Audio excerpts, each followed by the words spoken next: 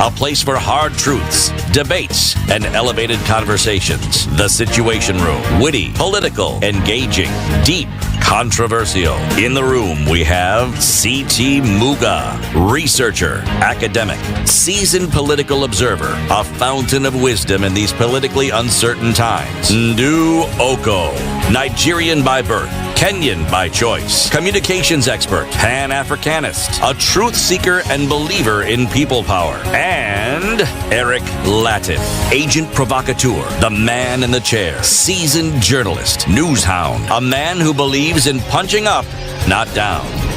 This is the Situation Room, the only way to start your day. It is 8 minutes after 6 o'clock. Good morning to you and welcome to a brand new morning, brand new week. I hope everything is well with you. How are you doing? Kenya's biggest conversation starts now. Getting through the weekend and into another Monday where it looks as though the silence is very, very loud. A number of conversations lined up to have today, and we're getting into it in a short while. Before that, I'm going to say hello to the lovely Mr. C.T. Muga. C.T., good morning. Good morning. How are you? Fine, thank you. Why are you whispering? I'm not whispering, I'm grunting. Why are you grunting? Because I am well. Oh, you grunt when you're well? Intelligent I'm talk grunting every now morning. because I Spice feel up like yourself. Okay. Okay. You well? I'm good. I'm okay. It's good to hear. Asante. Sasa hii utapatia Eric. Iko nayo? Iko mtu amenipatia moja. Nikurushie. Ndio hiyo. Sasa. Okay, so a number of conversations that we're going to have today, and just looking, it is Mandamano Monday, and it's interesting how it's already taken on a life of its own in terms of labels and such, isn't it? Okay, so coming in at 7 o'clock, we're going to be having a discussion about why now is the wrong time for Mandamano. I don't know that there would be a better time, but okay, we'll be having that conversation with Al-Hajj Hassan Olenado. He's the national chairman of the Supreme Council of Kenya Muslims, SUPKEM, and he'll be with us at 7 o'clock. At 8 o'clock, Ugunja MP David Ochieng will be, MP David Ochieng will be with us at 8, and he says, you know what, folks, you need to give time to the president to deliver, and he's going to come and talk to us about that. And then at 9 o'clock, Philip Kisia joins us, and he talks to us, or rather talks with us, about 7 months into President Ruto's administration and what is his scorecard. That's what we're going to be talking about today. Good morning, Eric. Good morning, Ndu. How are you? Fine, thank you. Yeah. I know you're dressed for the Mandamano. How's that? How is that? Simpaka nywele uko na ile unafanya hivi. You do like this, they don't see you. It's the same hair, I just let it down. See? For the Mandamano. It's cold. Mambo Lakini? Mambo fiti. You know what? Yeah. I started taking Arabic lessons. Okay. And so it's just like, so in the first few, they do like an introductory, right? Yes. And this word in Arabic, latif, which is, your name is a derivative of that. And you know what it means? Yes. Do you know what it means? Tell us. No, I'm asking if you know. It's a yes or no question. She has just told you, let's continue. So continue. It's your story. Oh, sorry. Okay. Latif means kindness. Yes. Did you know that? Is he not a kind man? I'm just wondering, you know how the man is his name. Does he what? Kind man. Sure. He's not a good man. Man, it doesn't take alcohol. It doesn't take alcohol. Yes. Yeah. You are your name. You are your name? So I just wanted to let you know that, just in case you didn't know what your name meant. Or where it came from. So there you go. Enjoy. Gift and sunshine for you. Bas. Karibuni sana everybody to Kenya's biggest conversation at getting on to 14 minutes after 6. And Ednah, is it like that in? The like that is like that in? The live stream is up. Very good. At 14 minutes after 6, let's take that quick one. Take a look at the way. Is it cold out there as much as it's cold in here? It's colder in here than it is outside. Hey! Somebody decided freeze them. finish them with cold. Okay. You tell us how the country is going to look like today.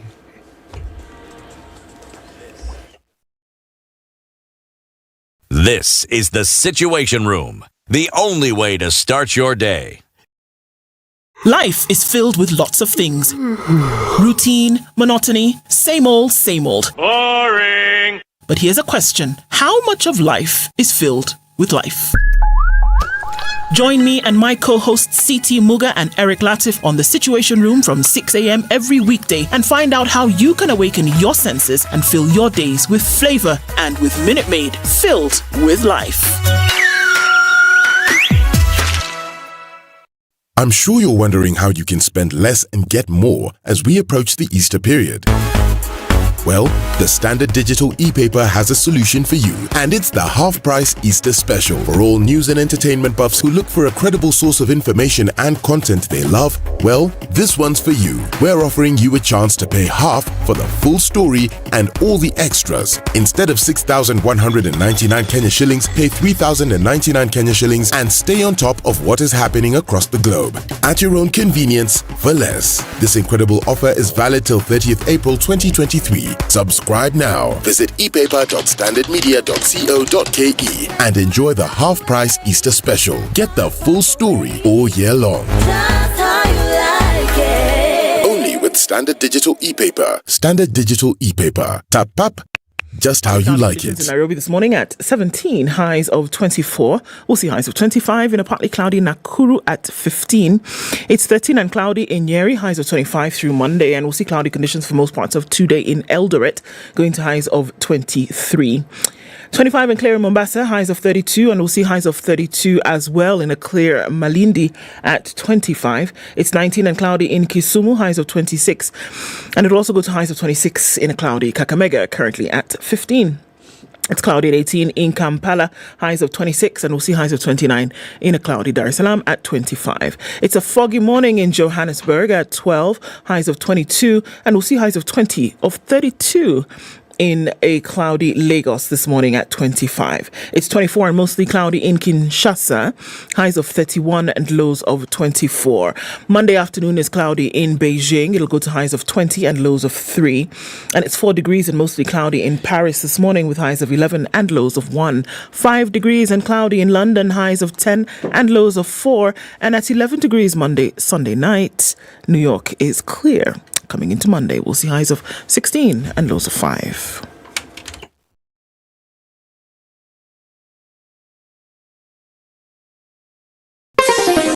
Chilled Spice.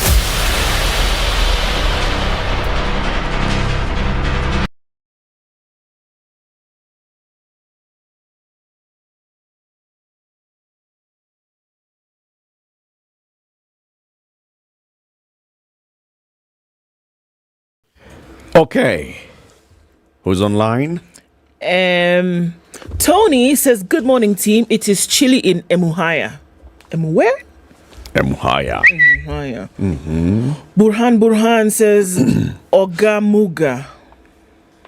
Ogamuga. Good morning. What does Oga mean, by the Oga way? is chief boss. That guy in Yoruba. That's good. Okay. He's got it. That's got it. Voila.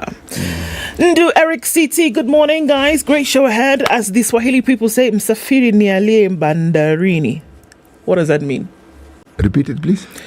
Msafiri ni aliye bandarini. The traveler is the one who is at the coast. Okay. Or the seashore. Or the Ohaba. or harbour. Or harbor. Or Harbor. KPA. Okay. Extraordinary claims require extraordinary evidence, according to Khalif. Okay, good morning to you. Good morning, Team Spice. Gashohi Titus says good morning. Okech Willington is tuned in from Nakuru. Sky Karish says good morning, guys. Mombasa is well spiced. Robert Bogo is online this morning. Good morning, top of the world team. Kaiser, we see you. Good morning to you as well. Seth Odiworo Witi says he's tuned in from Ongamo Market, West Kasipul, Homa Bay County. Happy Mandamano Day. Wow, it's a thing now. Sheesh. I'm excited about the rains. My trees are flourishing, says Dan Mosiah. Githogoro is well represented, according to Femi. And tuning from Laikipia University. Mr. CT, question for you directly. His name is Wood Nyakach. And he says, do you think the ICC have the capacity to arrest Putin? No. Okay. There's your answer. Today is fraught, says Andrew Franklin. Let's see what happens in the streets. Indeed, let's see. Okay, Ithewa Francis says good morning. Monish Janeth is tuning from Singapore. Bewa Machas says she's in this morning. And good morning, Situation live from Kiambu Road. That's Baba Brittany. Well, also say hello to Brittany, while we're at it. Many more people online. Buchi Kiam Togo. Jose says good morning. Ondicho's tuned in as well. Okay. Edu. Where? Edu, we see you, man. Edu was crap. He's in Mweki. Good morning, people. Shine Pato is tuned in as well. Mwalimu Cheriot is here with us. Many, many more people online this morning. Good morning, everybody. Some two other people on social media. Amon Kemboy, who is an Arsenal fan. He's in Eldoret. Okay. He's tuned in as well. And Uncle Michael as well. Uncle Michael is online. PAA. He's a gooner. He's a gooner? Okay. Eddie Adora says, I'll be demonstrating at my home by burning trash and destroying an old cow shed, cleaning up your environment. Good man, Eddie. Okay. City. Yes. Last week we were in a country called Kenya. This week? We're in DRC. All right. Next week, Les maisons we'll be in Congo, Brazzaville. All righty. Yes. The Congo we're in is called Congo Kinshasa. Hey, please say it again for my pleasure. Mine alone. Please, can you say it again? Wait, there's a what? Well, there's a way. Kin who?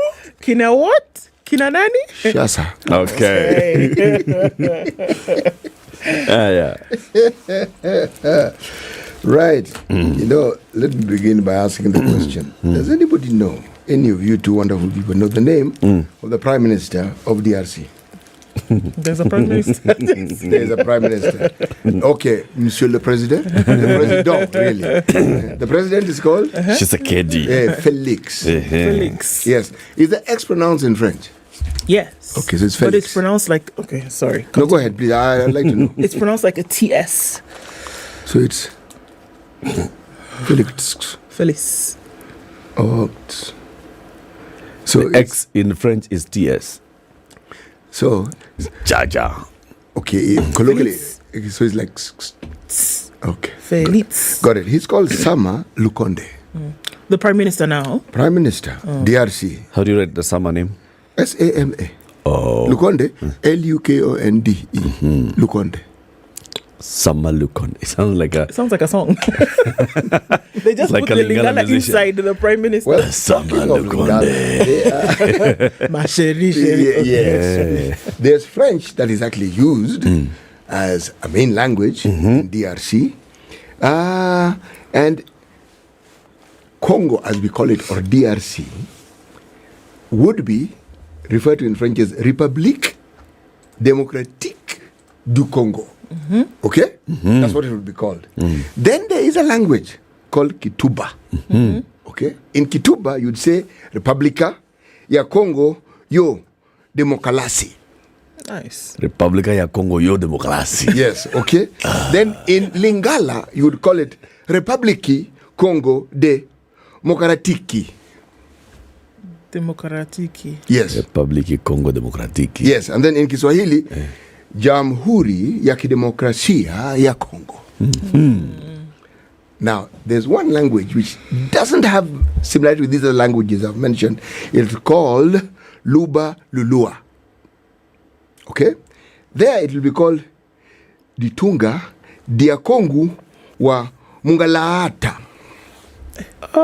As I said, different. But it all refers to DRC. DRC. All right. Sawa basi. Okay. Our problem for the day: being well dressed does not prevent one from being poor. I'm telling you. Is that not just the embodiment of the lesser poor? It is. That is our proverb for today. Being well dressed does not prevent one from... Being poor. Alrighty. Haya. let's look at the headlines. Okay, on the front page of the Standard today, what are we looking at? Calls for sobriety and talks from across different divides. Leaders are asking President William Ruto and Azimio leader Raila Odinga to sit and come up with solutions to the problems and stop the grandstanding. We'll look at some of those as we go on. There was a story about a boy being starved, right? Yeah. And there was a pastor somehow involved. Apparently, this fella has some other things that he has done in the past that are not so kosher. So we'll look at that story as well. Pastor and boy starvation saga not new to controversy. Kenya on high alert after Tanzania Marburg outbreak. That's what it looks like coming out of the Standard. On the front page of The Nation, arrest me, Raila, police, lock horns, do your worst. Now, there's another saga. The police are telling Raila to arrest them. No, Raila is saying, arrest me. Oh. How schools use uniform cartels to fleece parents. You know those things that you hear, motivation fee, blah, blah. Apparently it's huge in terms of millions, and we'll look into that as well. Colorectal cancer cases on the rise among young people, and a special report on tea pickers turning to bang to dull the pain of grinding labor. On the back page of The Nation today, it's now possible to buy and resell power for a profit. The energy regulator announces prices for bulk purchase of electricity starting on the 1st of April. Sawa. Ni sawa. Nikwambie Business Daily. Tuambie. Middle class to pay 2.7 billion shillings more per month for power. Kenya's middle-class households and small commercial power consumers will from next week spend at least 2.7 billion shillings more on power every month after taking the biggest hit from the new electricity tariffs that also scrapped subsidies. IPRA on Friday approved the new tariffs to protect Kenya Power from financial distress, hitting the middle class who consume between 31 units and above with the steepest jump in prices alongside small consumers. Yeah, sawa basi. Sawa. So stop using 31 and above and you'll be okay. Dollar stockpile households hold soars 246%. Households joined corporate bodies in the race to stack up dollars in banks amid a supply deficit that fueled the hoarding of the Green Park last year. The latest data from CBK shows that foreign currency deposits owned by households soared by 246%. To soar ile kupanda ile ya kufly by 246% across 2022 to close the year at 320 billion. It's okay, so people have This money. story has refused you today. Whatever that story is saying. 246% to 285. What? Imekukata. Imekata. Ticker headlines. Tough test for business as protests enter second week. That's one headline. 2.8 billion shillings Kericho sugar miller eyes trial runs from August. Hiya, there's a new sugar farm coming up in Kericho County that plans to start trial runs in August as it eyes to tap on the huge potential of the cash crop in the rich agricultural area. West Valley Sugar Company Limited Managing Director Bernard Soy said piloting will continue for 2 months. Our catchment yao ni wapi city? Ni Kwenu Moroni. Najua. Nuko tamu. The soil is in Kericho County, and you actually, there's an escarpment. As you transcend that escarpment, I'm actually seeing it. It's in the neighborhood. It's in the neighborhood. Is there sugar being grown on that side of Kericho? Over time, I think they have grown more and more sugar. But the bulk of the sugar that is grown in that region is in Muhoroni, Chemelil, a bit of Fort Tanan, and yes, that's where you get, and the Kibos area. That is where you get huge sugar. Yeah, I mean, you get some serious proper acreage of with cane. sugar. Yes, you do. That's where you get it. Sukari. But the distance between those places, they're not really far apart. Sugar, sukari. Yes, that one. Sugar, sukari. That one. There's a final ticker headline here. Remember, Diageo has been talking to people who have shares in EABL and telling them, hey, people, we got money. Want to buy your shares. Right. All right. EABL investors failed to sell 25 million shares to Diageo. Investors failed to sell 25 million of EABL shares to their parent company, Diageo, denying them a chance to book 552 million gain on the back of oversubscription in the offer. Higher. City? Yes. What's in the Star? The Star. And you have the East African. Of course. It's on the day. Right. Uh-huh. Top right-hand corner. In teal green. Day of jitters. Battle lines drawn in Raila Ruto face-off as police ban demos. Okay? This one is interesting. Police ban demos. Right. On the spot, Education Ministry accused of misusing World Bank billions. Shillings 8 billion bursaries scandal rocks Jogo House. Again. Man. 8 billion shillings scandal. Yes. Cash was meant for bright but poor kids in 30 counties. However, clearly, it didn't quite get to where it was supposed to. Right. Now, there's a tragedy upon a tragedy here. Remember how we had pictures of livestock dying because of drought? Yep. Well, now I have livestock dying because of floods. Of rain. Yes. And this is a picture of Badenrero village in Marsabit County, surrounded by flood waters. It's a crazy thing. Crazy. Marsabit has basically just been hit. Huh? Yes, it has been hit. Pummeled in all directions. Yes, From all directions, rather. Without sounding critical, all this is not something that could not have been foreseen and could not have been prepared for. Simple. But those who are in leadership in this particular county seem to focus more on fighting each other and creating tensions among communities rather than helping these very people. That having been said, on the right-hand side corner, MPs to Ruto team, anchor First Lady law. Eric, you have started something. MPs to Ruto team, anchor First Lady office in law. Now I have to MP to Ruto team. Lawmakers have asked the president to begin the process of anchoring the office of the First Lady in law. MPs to Ruto team, colon. Anchor First Lady's office in What they left law. out was, please anchor First Lady's office in law. They've told the anchor. Please. Okay. So that we know when she's talking. When they need another billion, then we can say we don't have to ask as who. In what capacity she's talking. But this is perfectly in order. Especially when you consider what is in the nation and just what is written there, where Cabinet Secretary Kithure Kindiki has announced the government will push for a new law to restrict demonstrations. That's right. If the law is inconvenient, change it. Change it. Very fast. Change it. The East African? Thank you so much for asking. Thank you so much. Yes. East African. Dar gains from Kenya riots as region on edge. Dar es Salaam. Oh, right. What it means is that people prefer to take their goods through Dar es Salaam as opposed to take them through Nairobi. Because Mombasa, Nairobi, is not good. Uganda is assessing the possible higher cost of importing goods through Kenya should the protests continue in the coming weeks. Now you see, if Uganda is itching, so is Rwanda. So is DRC. And South Sudan. Yeah, and South Sudan. So this is le problème. Le tout le monde. Yes. Les problèmes de tout le monde. Well done, City. Okay. 28 minutes to 7. Let's see how the roads are looking like. Good morning. This is the Situation Room, the only way to start your day. Life is filled with lots of things. Routine, monotony, same old, same old. Boring. But here's a question. How much of life is filled with life?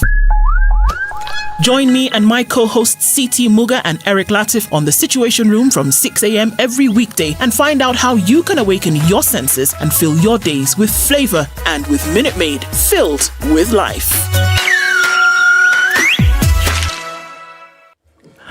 Okay, just a little bit of traffic on the Thika Superhighway. It's just coming in right around that, going towards the Muthaiga Square and out towards the Pangani Underpass. Kiambu Road looks very good in terms of there's nothing. And we're also looking at no traffic coming out of Westlands, getting into the city this morning. James Gishuru looks pretty good. It's coming off Mombasa Road with really nothing. As you get towards the Nyeri Stadium roundabout, you're going to get maybe from Mlolongo out towards the city at Haile Selassie at the junction in 15 minutes this morning. Not an issue. Eastern Bypass, there's nothing. And I'm also looking at Jogo Road this morning. Just, nibs and knobs of traffic it's getting out. So folks are wondering, wow, you're not using the train. The commuter train has been suspended for today because, mandamano.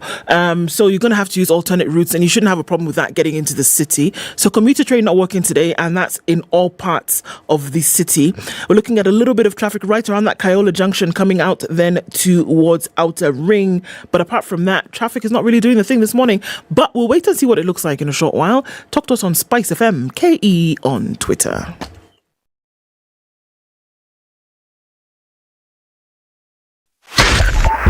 .5 Spice FM, Kisumu.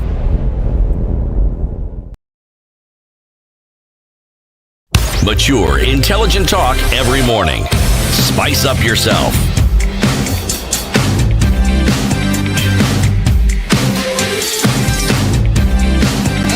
Mornings done right. This picture is education, yeah? How schools are using uniform cartels to fleece parents. We looked at it at the beginning of this term, and we're talking about, it's so difficult, it's so high, and then on top of this, you're insisting that you get the uniform from one place. Well, apparently there's something afoot. Or there has been something afoot. Parents have become cash cows for a racketeering syndicate in the education sector that is minting billions from services that are not part of the core mandate of learning institutions, and this is uniform distribution and motivation fees. Despite numerous warnings from successive governments, some schools are still forcing parents to buy uniforms from specific suppliers, a move that has seen billions move from parents' pockets to the bank accounts of a select few companies. So you're asking, so how does this happen? Yeah, so you get the list usually when you go to school. You take that list to your uniform supplier.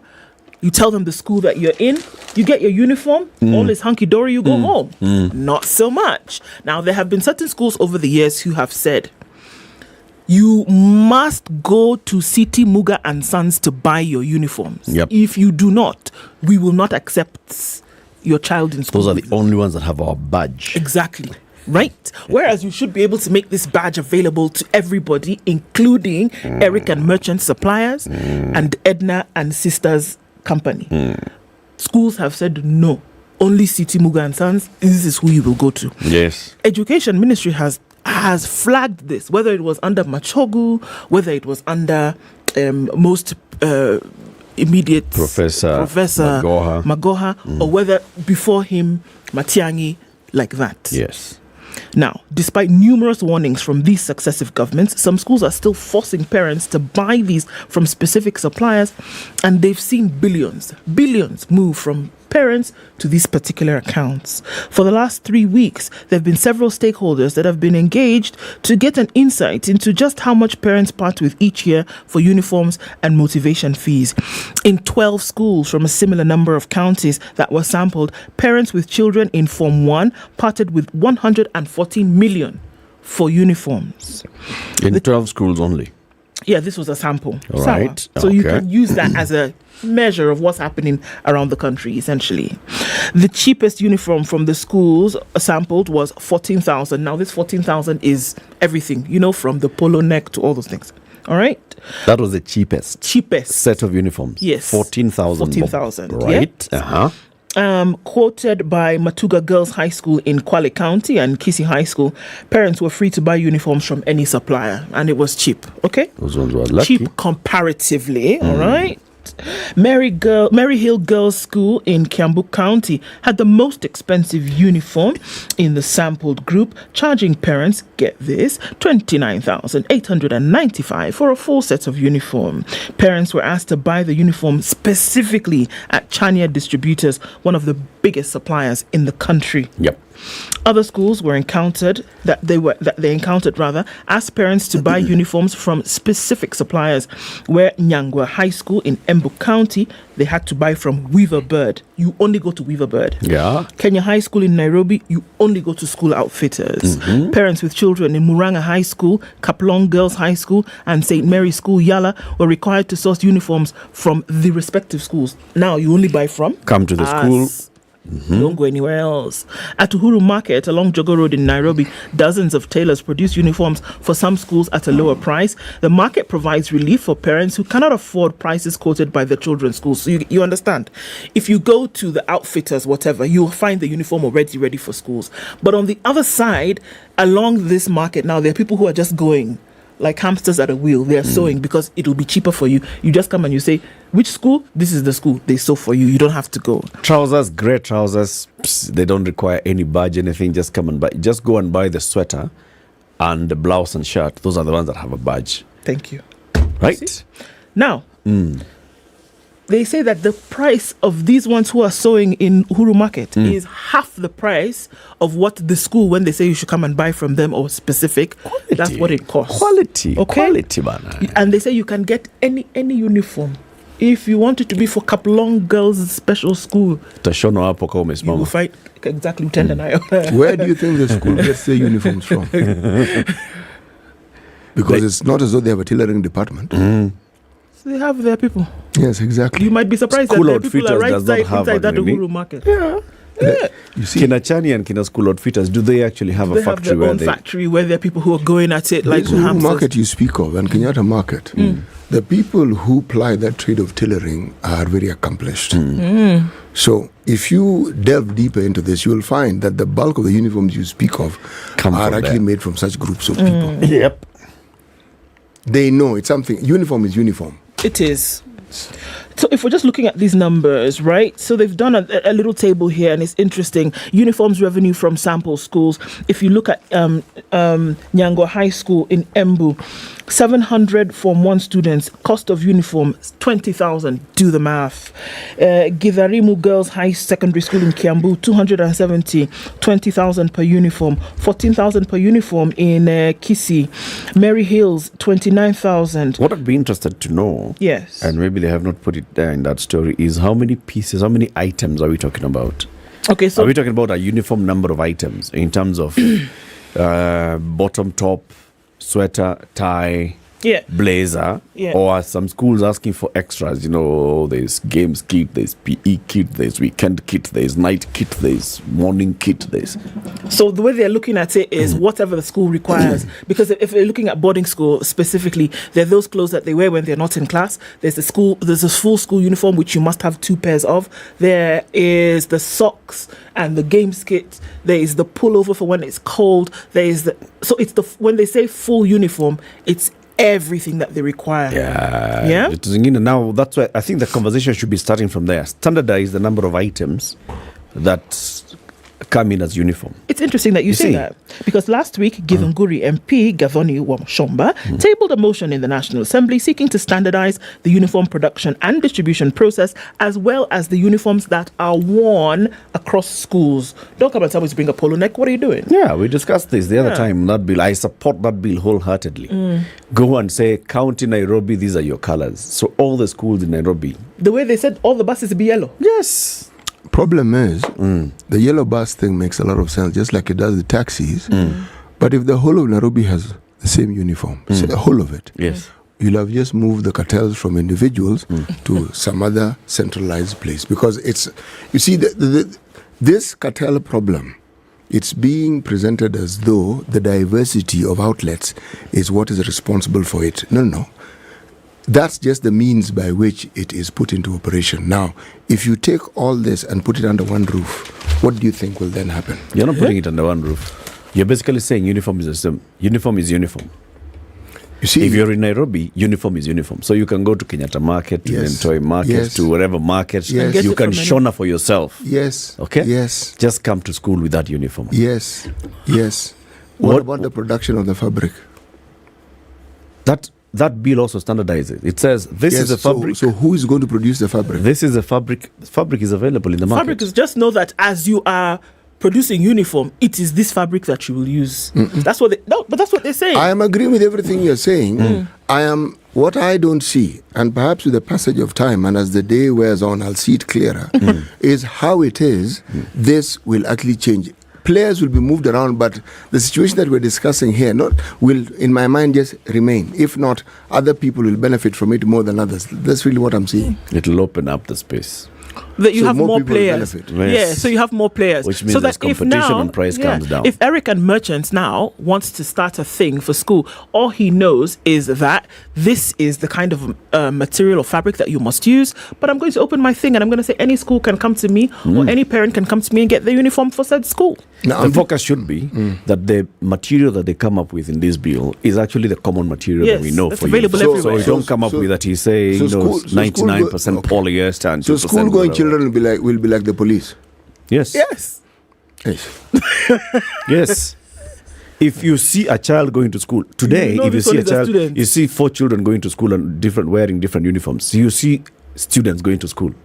That's what you see. I see students from a particular school going to school. Yeah, you see students from different schools going to school, and you ask yourself, so these ones are from which school? These ones are The uniformity of uniform will kill diversity. of what? You know, I'm actually going to look for ways of opposing this thing. I know. Yeah, so I think you're going to go do your homework today. yeah, Tomorrow morning we'll hear it. yes, Come up with a story on this. Let's invite Gathoni Wamushomba. this thing hasn't sat. It's not sitting well. Let's invite Wamushomba, and let's engage on this. Yeah, Sawa basi. Sindio? That's better.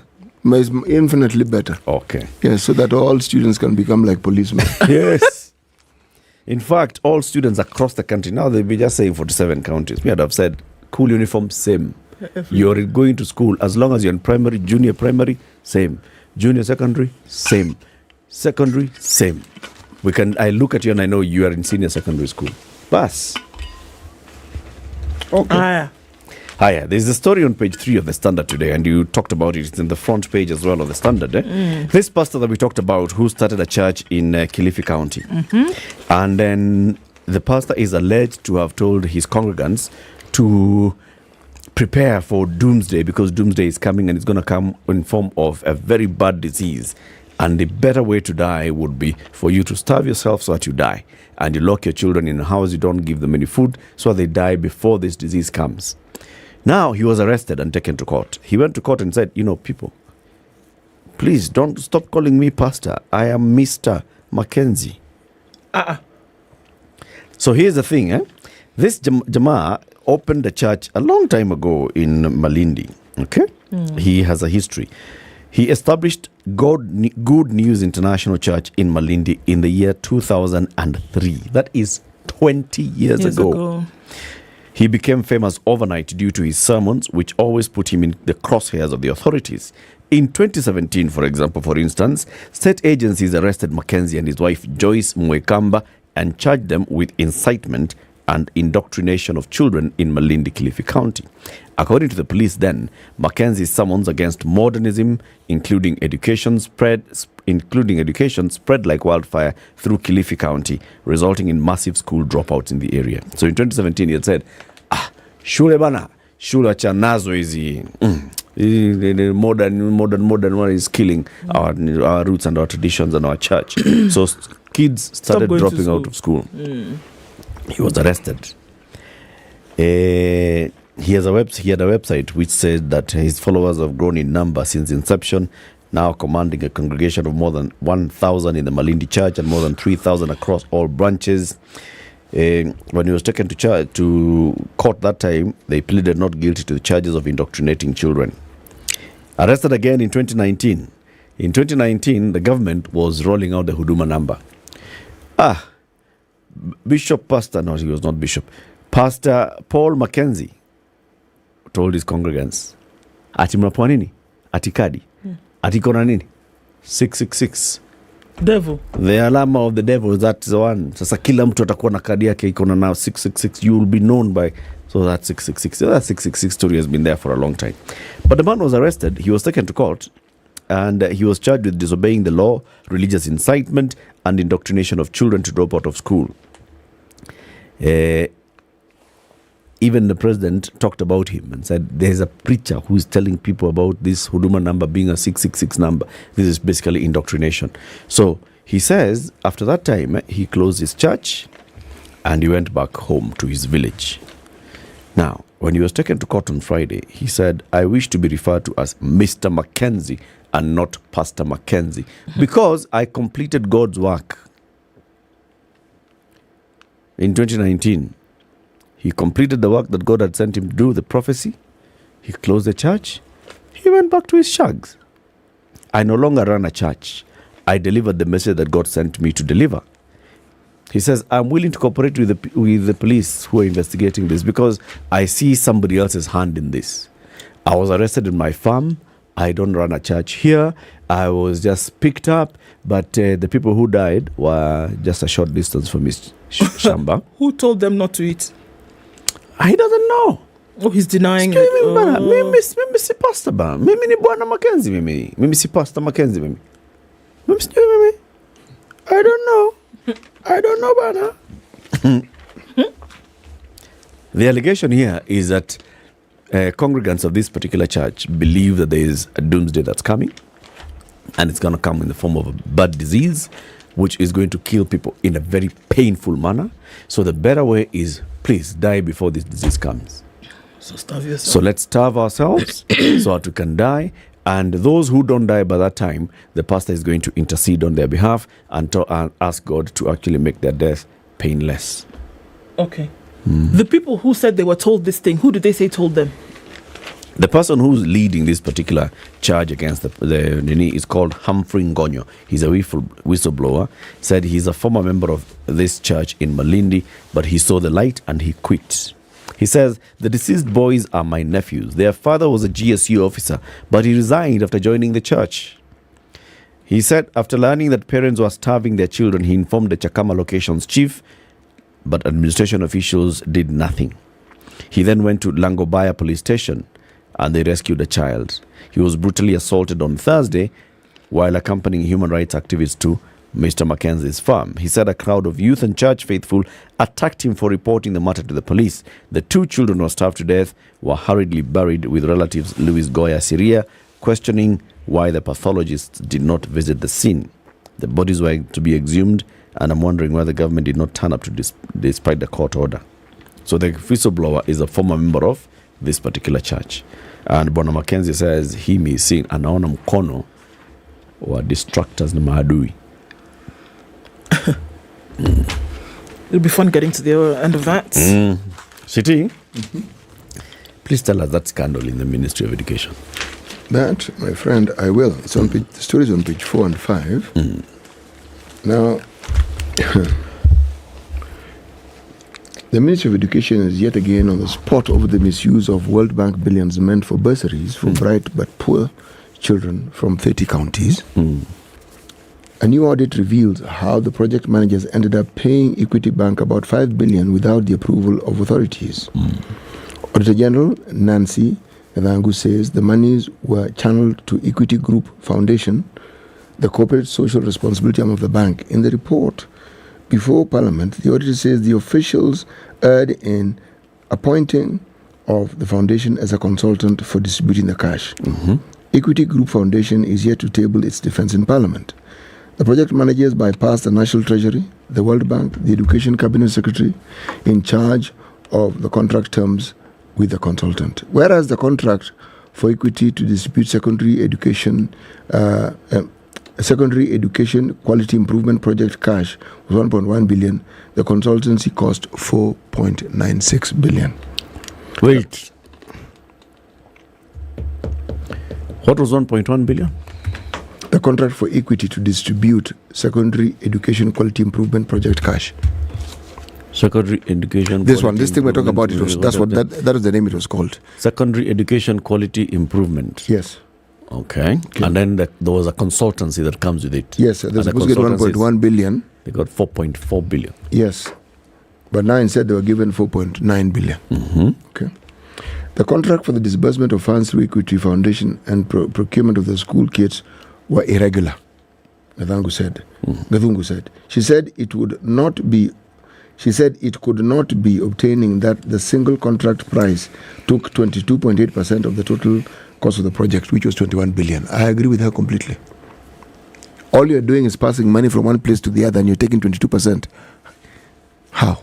Management fee. I mean, that one. If those are your fees, that's what you charge, then it's understandable. But nonetheless, that money is actually intended for people who need it.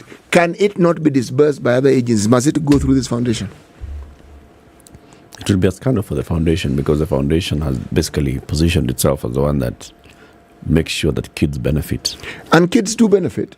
There is 4.9 billion shillings has gone into consultancy. What does that mean? Yes, exactly. The contract sum is 21 billion shillings. And then you are saying 22.8 billion has gone into consult. If this is actually true, it's not good. Wow. It's not good. It really isn't.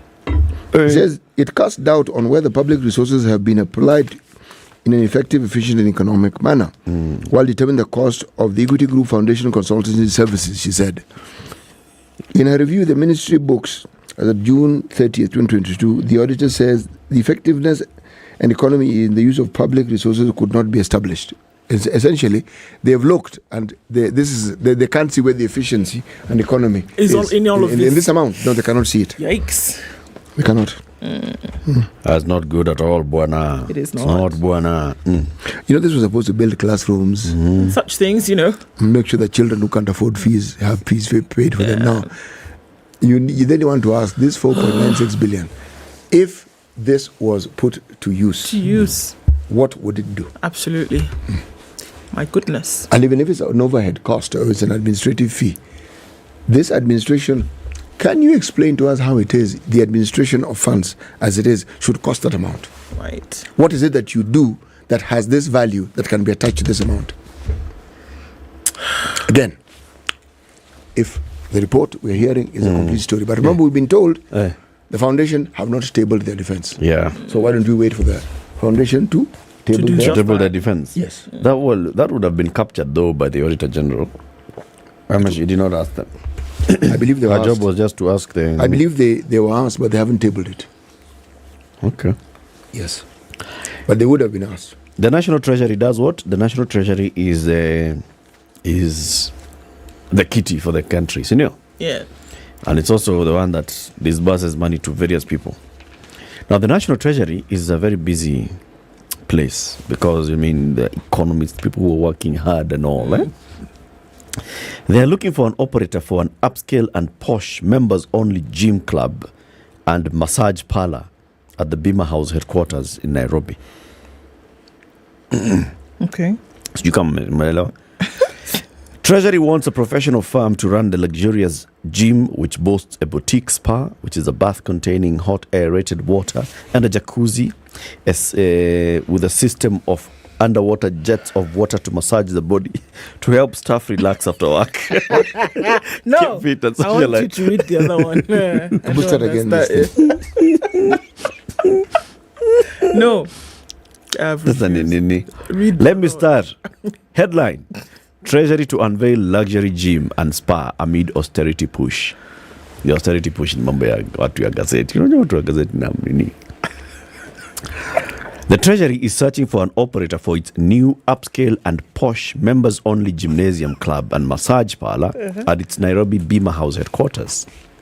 The Treasury wants a professional firm to run the luxurious gym, which boasts a boutique spa, in brackets, a bath containing hot aerated water. And the other And the one- jacuzzi. na ile maji ingine huwa iko na nini? It's not erect.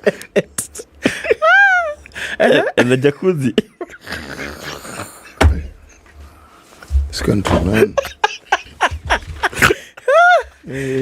Jacuzzi, in brackets, a large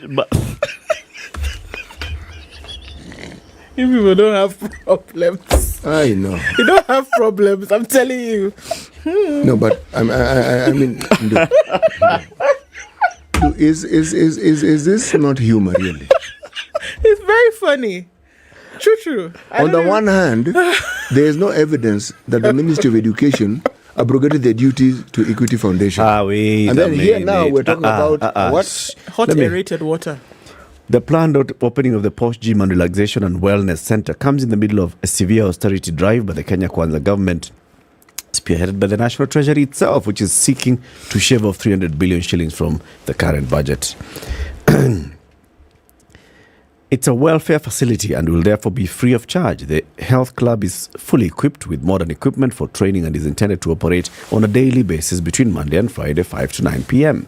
According to the Treasury, the average daily projected number of trainees for the Posh Gym will be between 250 and 300 members of staff at different intervals, with each session running for 1 to 2 hours, as will be arranged. The gym plans to offer services, including lavish massages and sauna services, to facilitate employees to relax and unwind and relieve stress. So see kila mtu. I thought It's for members of staff. Okay. It's for members of the staff of the National Treasury. Honestly, apart from the fact that the Standard is basically highlighting this and adding so much salt into it, I don't see anything.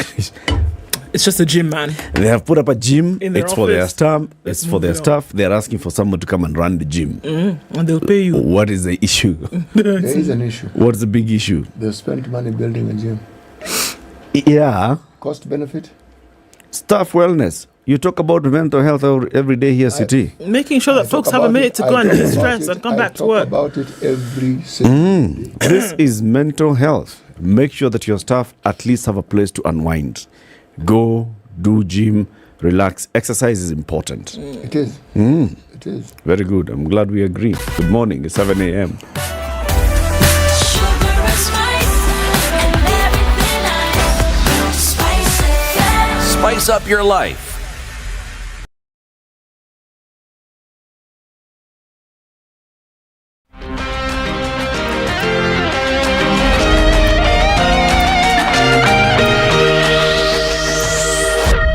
Okay.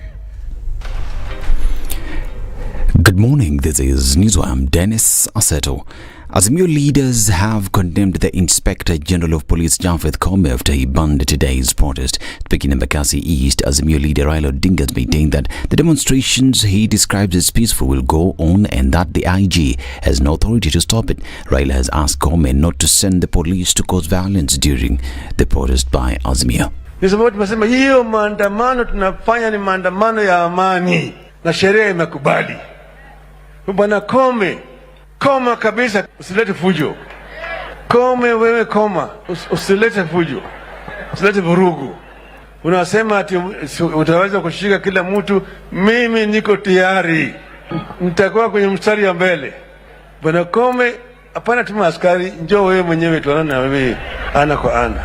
Maana yake tusipotetea haki na uhuru wa Kenya tutakuwa na Kenya tena. His sentiments have been supported by Martha Karoo, says that if there are police officers who violate the law and justice during the protest, then they should be punished. Tutakuwa kwa maandamano na ni maandamano ya amani. Wacha kutuletea furugu kwa maandamano yetu ya amani. Na ukileta furugu na wale polisi watakusikia, wewe ndio utapata laana. Umesema unaweza kutuweka pingu sisi viongozi. Njoo uniweke pingu. Azimio has equally accused the president of neglecting small traders contrary to the promises he gave during his campaigns. Mwingine akikuja namna hii anasema maneno tunataka kusaidia yule hasra bodaboda, mama mboga na kadhalika. Hiyo lugha sasa mnasikia hiyo lugha tena. Msikie hiyo lugha tena. Kitu ambayo ungefanya ya kwanza kama ungeingia kule ni kuangalia hali ya wafanyabiashara ndogo kama hawa. Hawa ni mahaslas. And political leaders in Nyanza, including those who recently moved to UDA party, are urging Azimio leader Raila Odinga to stop the protest scheduled for today and Thursday. According to former MP for Rangwe Martin Ogindo, chairman of Lake Victoria South Water Works Development Agency Odoyo Owidi, and a member of the UDA party in Homa Bay County, John Odek, the protest will affect the economy and thus go against the expectations of Kenyans. We are calling on Raila Odinga to call off demonstration, which up to now has remained a Luo affair. And in the end, what we are seeing is that there's a lot more destruction happening in Luo land than is happening elsewhere. This has given us a bad name, not only a bad name, but has given us a bad reputation, because we are demonstrating in the pretense that we want to solve the problem in Kenya, and in the end, we end up destroying the little that we have in our region. Owidi has asked Raila to support the government of President William Ruto to show the support that Ruto gave him when he ran for presidency in 2007. It is President William Ruto who fought in 2007 to 2008 for Raila Odinga to get a portion of the then government. I can confirm here that it is President William Ruto who made Raila Odinga become the Prime Minister. Very true. It is now time to reciprocate. It is now time to return Mukono. And the government has hinted its proposals to amend the law in order to regulate how Kenyans exercise their right to picket and demonstrate as enshrined in Article 37 of the Constitution. According to the notice by Interior CS Kithure Kindiki, there are about 10 proposals that will be submitted to Parliament to shed more light on how to organize protest or complain against the government. Among the proposals is to establish rules on how to issue a notice of protest. Another proposal aims to determine the number of people who can march and the places where they can do so. There is also a proposal to make the protesters responsible to ensure that there is no violence or disruption of normal activities, and if there is damage to property, then they should be held responsible for the damage. In the notice, despite Kindiki agreeing that Kenyans have the right to protest according to the Constitution, he has vowed to face those who plan to protest today. Meanwhile, a spot check in the CBD and other states in Nairobi indicate a heavy deployment of security personnel ahead of the planned protest by the opposition led by Azimio leader Raila Odinga. Newswire and the entire Standard Media Group is following up on this developing story. We will be bringing you the very latest in our subsequent news bulletin. Now, Kenya has a great opportunity to benefit from the diplomatic relations between Kenya and Germany. Kenya ambassador to Germany, Tom Omolo, says, and appreciates Kenya's growth in its democracy and as a leader in the region. According to Omolo, among the sectors expected to be highlighted in the talks between President William Ruto and his host Frank Walter is the removal of trade barriers to increase the level of business between the two countries. This is Newswire. I'm Dennis Aseto. Good morning.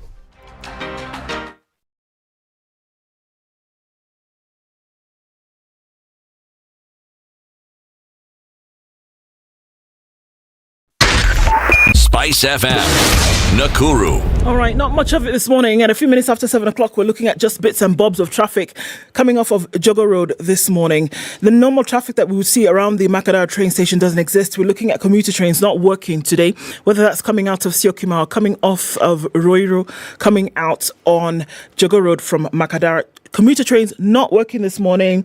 Everybody holding off on that. And even then, there's not much traffic coming off of Thika Superhighway at all. What would normally be bumper to bumper in from Githurai is just at that Pangani underpass. Kiambu Road is free and clear. Surprise, surprise.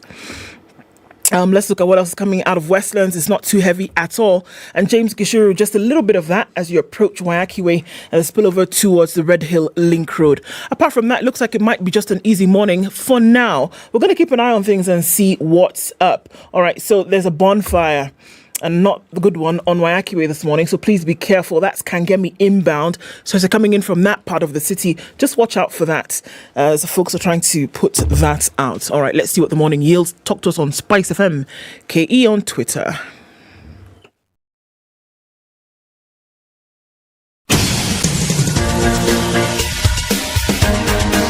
This is The Situation Room, the home of hard-hitting political commentary and penetrating insights about the state of the nation. This is a talk radio experience like no other. The Situation Room, a place for hard truths, debates, and elevated conversations. The Situation Room, witty, political, engaging, deep, controversial. In the room, we have C.T. Muga, researcher, academic, seasoned political observer, a fountain of wisdom in these politically uncertain times. Ndu Oko, Nigerian by birth, Kenyan by choice, communications expert, Pan-Africanist, a truth seeker and believer in people power, and Eric Latif, agent provocateur, the man in the chair, seasoned journalist, news hound, a man who believes in punching up, not down. This is The Situation Room, It's the 7 only minutes way after to 7. start Good morning your and day. Welcome to the second hour of The Situation Room today. the 27th day of March 2023. Happy Monday, wherever you're locked in from. Thank you for watching on KTN Home, on SpiceFM Online, YouTube and Facebook, and for tuning in on radio SpiceFM KE across the country and the world. We have a guest who's joined us in the studio, and he is Alhaj Hassan Olenado. He's a national chairman of the Supreme Council of Kenya Muslims. He's here on this Mandamano Monday to talk to us about Mandamano and the way to go. We know that the religious leaders have been calling for dialogue with between the two sides of national leadership, and that's what we want to hear from him this morning. Also, if you are thinking about owning a home, please, this is the time to think about calling and speaking to Centum Real Estate. They have a beautiful development that's coming up at Two Rivers, and this is near the Two Rivers Mall, the Two Rivers mixed-use development. Remember, there's an entire mall with everything: shopping, movie, food, children playing area, and then there are hotels there. It's close proximity to hospitals, to other schools in the neighborhood, and they're putting up apartments there. So if you'd like to get more information about this, text the words Two Rivers to 22365. That's Two Rivers to 22365. They'll get back in touch with you, and they'll tell you how you can get more information and how you can begin the journey towards home ownership. Sheikh, good morning. Good morning. Good to have you on the show. Thank you. Asante sana. Karibu sana. First of all, Ramadan Karim. Ramadan Mubarak. Ramadan Mubarak. Hiyo basi. Karibu sana. Thank you very much for joining us. That's the hot seat of Kenya's biggest conversation. Thank you.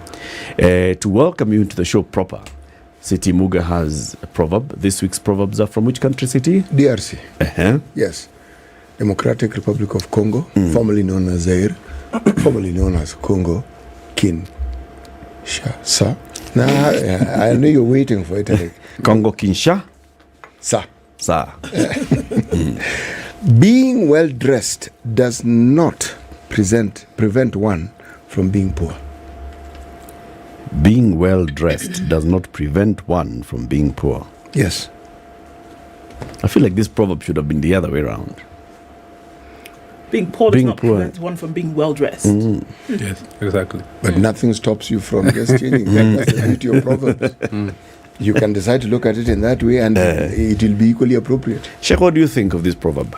Yeah, actually, I've just said also, as my sister here, is that I think it could have been the other way around. Yeah. Being poor should not prevent one from being well dressed. That's true. Yeah. And what would you read from that proverb if we had it that way?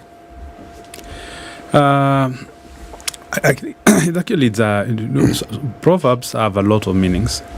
Sometimes it has a context that the framers of that whatever came up with because of a certain context. But if you want to take it from the current context, is that actually if anything is possible, depending on your mindset and what you want to do, you can actually achieve it. Yeah. Now, the Supreme Council of Kenya Muslims, you'll tell us about it because there are various other bodies of Muslims in the country. Yeah. Tell us the position of the Supreme Council of Kenya Muslims. What is it? Yeah, the Supreme Council of Kenya Muslims is actually an umbrella body. It was formed in 1973 by leaders of various Muslim organizations in the country who felt that they wanted a common institution or a bridge between the community and government and development organizations. Because Kenya being a Muslim minority country and a secular state for that matter, there is always need to have one common entity that engages governments and international organizations at the national and international levels. So because it is very difficult for a local based organization, a CBO or an NGO for that matter, to be able to engage at the governmental level. Take for example, here in this country, we have the Muslim majority countries or Muslim countries, and sometimes we engage not because we are government, because we are not government, but we represent that entity being an umbrella body. So that is that's the reason why this organization was formed. The membership of the Supreme Council of Kenya Muslims are organizations. It is a corporate body membership. Okay. So for me, for example, to be the chair of SUPKEM, I did not get into SUPKEM as an individual, as Hassan Olenado. I got into SUPKEM through another vehicle, which is a member of SupChem. Okay. That's how we came in. So it's a corporate membership organization, and our members are largely mosques, madrasas, community-based organizations, and some very, very limited NGOs, which are basically focused on serving the Muslim community. Being a religious organization, every member of the organization must be 100% Muslim membership. Yes. I see. So when you speak then as SupChem, you're speaking on behalf of all these other institutions. Yes. And you have the mandate to speak on matters of governance or matters of politics or matters of national importance as SupChem. Yes, we have, but the framers of SupChem's constitution, or the founding fathers for that matter, deliberately made SupChem to be apolitical. And the reason was that to ensure that we protect we don't mix the issues. We don't mix issues of advocacy. We don't mix issues of human rights and governance with politics. So SupChem doesn't take side in any political context in the country or even beyond. We try to be as neutral as possible, where we only speak what matters to the community, what we think is right. But Kenya being an interesting country, we also have so many emerging entities, institutions, who also claim the same space. Yes. What's SupChem's position on the Maandamano? SupChem is part of now being an umbrella body, we are also part of the interfaith network in the country, where we work with other colleagues, other umbrella organizations representing other institutions. And we have been there for quite a while, especially in the beginning of the last year's election, where the religious community in this country stood firm and propagated peace for us to have achieved peace.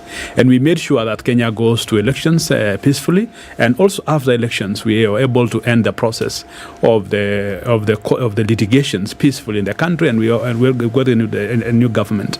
When we started getting information about these the ongoing conversation about Maandamano, I think the religious community has come out strongly on what they think should be done.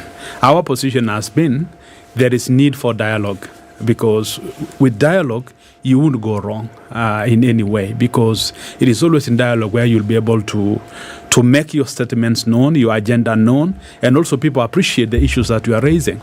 But if we use other mechanisms that people tend to use, like going to the streets and other places, we end up actually losing the agenda. We lose the very important aspects of the issues that are being raised. And finally, politics also should not be allowed to dominate very important issues of governance and concerns of the Kenyan people. Those, we should not be mixing issues. Sure. Yeah. So does SupChem then lend its voice to governance in the country and how governance essentially should be carried out? Does that happen? Yes. Actually, I've said it that since the push for the constitution processes in early 90s, SupChem was part and parcel of the Fungamano initiative that actually driven the country to the level of actually having the CKRC process, and all those things. SupChem has been part and parcel of that journey all through. And we were there, and unfortunate situations in 2007, 2009, 2008, post-election violence, we made our contribution, and many other processes that we have been, SupChem has been there. Yes. So, if there was one overriding statement that would come from SupChem about the mass action, about the protests that we are seeing, that we saw last week and that we are likely to see today, what would that be? Very clearly. We have actually said, not only us, again I repeat, with many others, not to mass action. Why? We prefer a kind of a coordinated dialogue program, a kind of, so that we avoid making a bad situation to be worse. Bad because we are just coming from a very almost a 2-year lockdown because of COVID-19. We have also come in from a very competitive electoral season in the country, and our politics are almost normally goes ethnic in a way, regional in a way. So we have been having a very, very rough situations. We are also in the time of the very harsh drought in the country that has affected over 70% of the land of Kenya. We are also aware that Kenya itself is unable to feed its population because today in this country we have 52 million people. And when you look at the food deficit here, it is very, very high. We cannot be able to feed the Kenyan people. People have lost their livelihoods because of the drought. So we have many other issues. We are losing the education system. Our education is has failed in this country. The CBC thing is not actually working. So when we have politics now dominating the space, we lose the very basics where Kenyans should actually be talking. I think that Kenyans should be talking about things that need to be brought to the table. And that's what we are saying, gentlemen. Can we kindly have dialogue in the aim of addressing some of those primary concerns of the Kenyan people? Yeah. There are those who argue that protests are precisely what you've just described. People are trying to express what they feel words would not do. And when they come out in large numbers, all they are communicating is perhaps a pre-prepared agenda, but they're saying, we would like these matters addressed. Now, if we just go back to what is actually in the country, and you presented it well, the drought, that was not brought about by this sitting government. Yes. COVID, it came about before this government was in place. There are many things that come about. And what is also true is that what we see happening in the country is often a continuation of what was begun by other administrations. Absolutely, yeah. Okay. So when people protest about the things that matter to them, what are the things that people keep pointing out to? Prices, cost of living going up. It's a reality. And there are those who explain it. People keep saying price of fuel goes up. Essentially, the things that people consider necessary for just daily living keep going up. Now, in your opinion, do you think that the protests are unrealistic because this government ought to be given time to sort this thing out? Or do you feel that the protests are because the feeling is the government will not sort these things out? If I was asked to really divide the issues that needs to be brought on the table now, I would have said, can we put aside the issues to do with the legality of the current regime? Whether it is legal or illegal, whatever it is, can we put aside and not talk about it now? Can we also set aside the issues about the Cherera 4, the issues about the opening of the service? Can we also concentrate now on the reduction of the cost of living? Talk about education in our country, the corruption that is actually at all levels, at the national and the county level. Can we be able also to talk about the risks the country is facing from the climate change and how do we respond to it because of what we are facing now? Are we even talking about these issues? So to me, I think for us to be largely pro-citizens, we need to differentiate between the political agenda and the social welfare issues of the Kenyan people. So if we are able to divide those, we can actually be able to say, okay, for the issues of politics, because we can't run away from the politics issues, we need to set out a kind of a program on how do we deal with the electoral justice in the country. Because it has been something that has been always very elusive.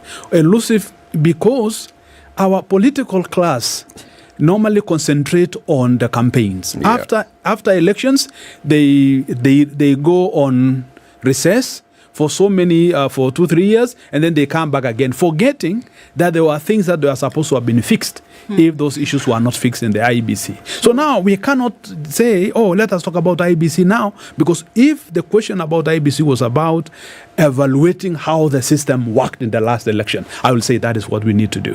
Because even the Supreme Court recommendations, they are not just about who has won elections. The Supreme Court also gave the guideline what needs to be addressed by IBC. Yeah. Are we talking about those? In every election, IEBC is supposed to give the country kind of a report, what really transpired. I expect the political class to be talking about having a national conversation about the outcome, the report of IEBC on how they conducted the elections. That is the only way we can fix the electoral justice in this country. It cannot be an ad hoc thing. We cannot address it through the streets, but we need to have a conversation about it. But now, because you put things that you really think, what should be done now and what can be done tomorrow. So to me, now we need to talk about what is affecting the Kenyan people. And then the rest we can actually be able to postpone and deal with another time. So those who then talk about the building of democracies, I mean, let's just look at they've written it down in history, they've lived the experience, and they've spoken that most of these things are born out of agitation. That's what they say.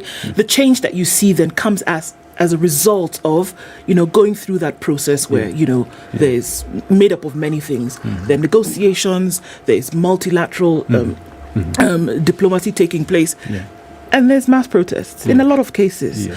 Do you think that in this case, with the things that you have outlined here, do you see a place for these mass protests that we're talking about? Or is there another avenue through which these things can be realized?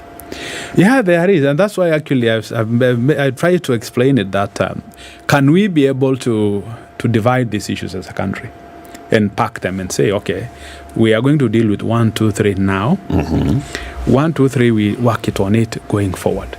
To me, the mass protest responds to specific issues.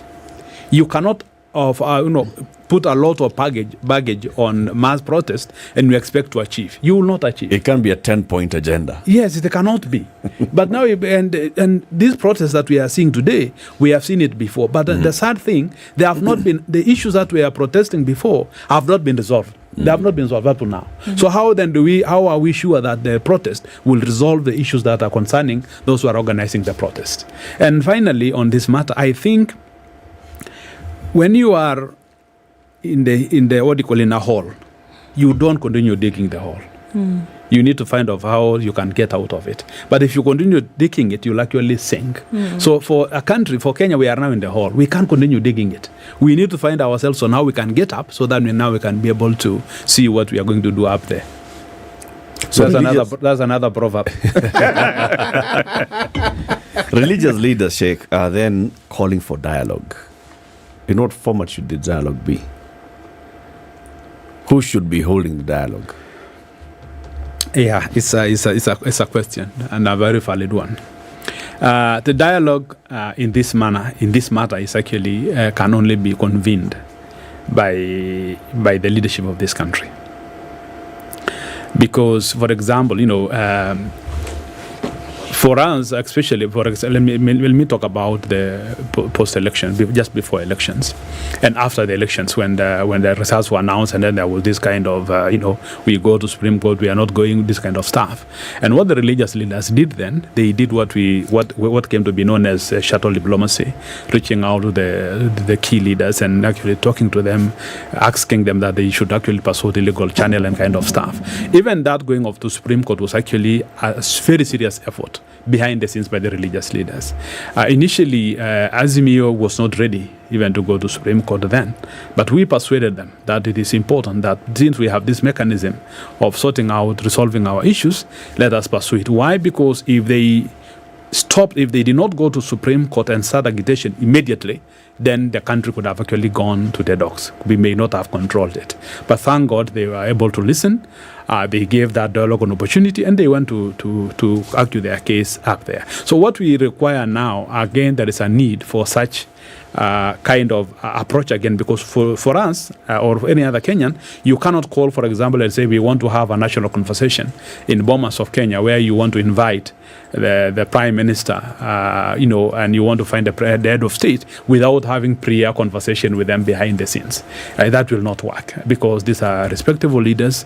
They are, and they have a huge following. You cannot, in any way ignore them. They are also citizens of this country. So that conversation is ongoing. The challenge that I must admit that we face today as religious leaders there is some sense of divisions because we are Kenyans, because religious leaders are also Kenyans, and what goes around is always around. You find somebody being sympathetic to the other side, agreeing with the other side, and kind of stuff. So they are also part of it. So you have hardliners even within the religious leaders. The second item, which is a little bit very, very tricky, is the principles themselves. Both the President of the Republic of Kenya, His Excellency William Ruto, and the Prime Minister Raila Odinga, that both coalitions are actually saying religious leaders stay away from this. Please, this is not your area. Now, this by itself make it very difficult for us. Now we have been forced to speak to the Kenyan people, and that is now the last resort. That let us talk to our fellow citizens. That if you can find a way, let us refrain. Let us have a way of dealing with it. Let us see how it goes, because it's becoming very difficult to honestly to. You have seen what was said all the last week. They are talking about please religious leaders. Kando, yes. So you're saying, Sheikh, that you're speaking out like this to them through the media, through public forums, because attempts to reach them directly have been rebuffed. No. It is actually reaching out to them. We are reaching out to them. There are other mechanics of how to reach out to them. Okay. We are doing that. Are you succeeding in reaching out to the president? And have you succeeded in reaching out to Raila? We have not succeeded because now, unfortunately, they are coming out publicly and saying Kakando. So now when they say Kakando, they make it very difficult because continue pushing our networks. But now they are pushing it publicly because we did not want this thing to come public.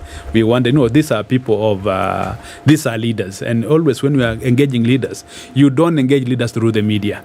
When you see people engaging leaders through the media, then they have actually failed in terms of making good progress out there. Otherwise, the best way of reaching out to leaders is always behind the scenes. I cannot address the president on radio. On radio. Actually, you can. But that's the last resort. That is the last resort. Sheikh, are we going to break? Yeah, but you can ask the question, then he can come back with. Yes, Sheikh, what I want to ask is, in your opinion, as a leader of the Islamic faith, what do you see as the role of clerics like yourselves in a nation such as ours, and in pointing to things which are going wrong and speaking truth to power? What do you see as the role of the clerics? That's my question. You can respond. Actually, that is the only work. If there was only one thing the clerics or religious leaders are supposed to do, is only that: to speak the truth to those in leadership. You cannot guide people without telling them the truth. You can tell them, for you to guide them, you have to speak the truth. And that is the truth that has always made us to achieve what we have achieved, because we tell the leaders the truth. But now when you are telling the truth, it depends on how you package that truth, because we are in Africa, and there is certain sense of being a leader in Africa with certain respectful way exactly. You must address leadership. Absolutely. So that the religious leaders must also apply that as they address the leadership, and that is the only work that we are supposed to do. Time for that break then. 29 minutes to 8. Alhaji Hassan Olenado is the national chairman of the Supreme Council of Kenya Muslims. He's our guest this morning. We're talking about the route out of Maandamano. He's saying religious leaders are basically calling on the national leadership to have dialogue. Sheikh, we understand that, of course, it's about day 5 of Ramadan now. Yes. And at the end of this day, you are going to have iftar. Yes. One of the things that you need to have during iftar is Minute Maid. Ndu, please tell the Sheikh why. It's taking a break. It's a whole day, you can imagine, of going through the very many things that you've had to do. Yes. But it gives you a moment to actually now de-stress. Okay. So it's an hour moment, fantastic flavors from across the range, and it gives you that moment where you can just, bring back your thoughts, have a refreshment moment, liquefy, and also recalibrate. Minute Maid moment, an hour moment. Thank you. Time for a break. Back shortly. Good morning.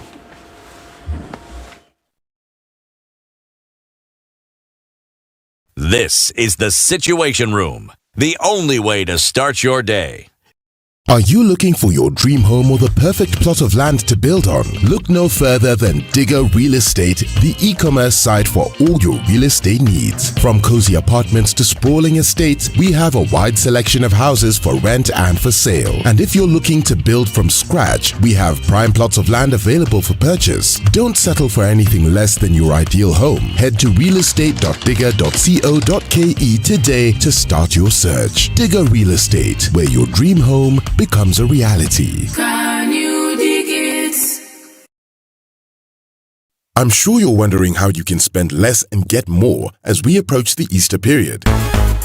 Well, the Standard Digital e-paper has a solution for you, and it's the half-price Easter special for all news and entertainment buffs who look for a credible source of information and content they love. Well, this one's for you. We're offering you a chance to pay half for the full story and all the extras. Instead of 6,199 Kenya shillings, pay 3,099 Kenya shillings and stay on top of what is happening across the globe at your own convenience for less. This incredible offer is valid till 30th April 2023. Subscribe now. Visit epaper.standardmedia.co.ke and enjoy the half-price Easter special. Get the full story all year long. Only with Standard Digital e-paper. Standard Digital e-paper. Tap up, just how you like it. You think you can guess the year? 2007. That's when the theme song, that's when it premiered for the James Bond movies. You're half correct. But in terms of guessing the year? Okay, if not 2007, then 1963. Oh, now you're just throwing things, eh? You're throwing the sufria and everything outside. The Spice Drive. Big hair and the biggest hits from the best decade. Getting jiggy with it. Tune in to the Spice Drive with me, Edward Quatch, 3 to 7 in the PM. The Spice Drive, only on 94.4 Spice FM, Nairobi. Damn. Highs of 24 today. We'll see highs of 25 in Nakuru. We'll see highs of 25 as well in a sunny Nyeri. It's cloudy at 13 in Eldoret. It will go to highs of 22. And sunny at 25 in Mombasa, going to highs of 32. We'll see highs of 32 as well in a sunny Malindi. It's 19 and cloudy in Kisumu, highs of 26. And we'll see highs of 26 in a partly sunny Kakamega at 14. Kampala is cloudy at 18, highs of 26, and Dar es Salaam is sunny at 25, going to highs of 29. It's 13 and mostly cloudy in Johannesburg, highs of 22, and we'll go to highs of 32 in a mostly cloudy Lagos at 25. At 24, Kinshasa is cloudy, it'll go to highs of 31 and lows of 23.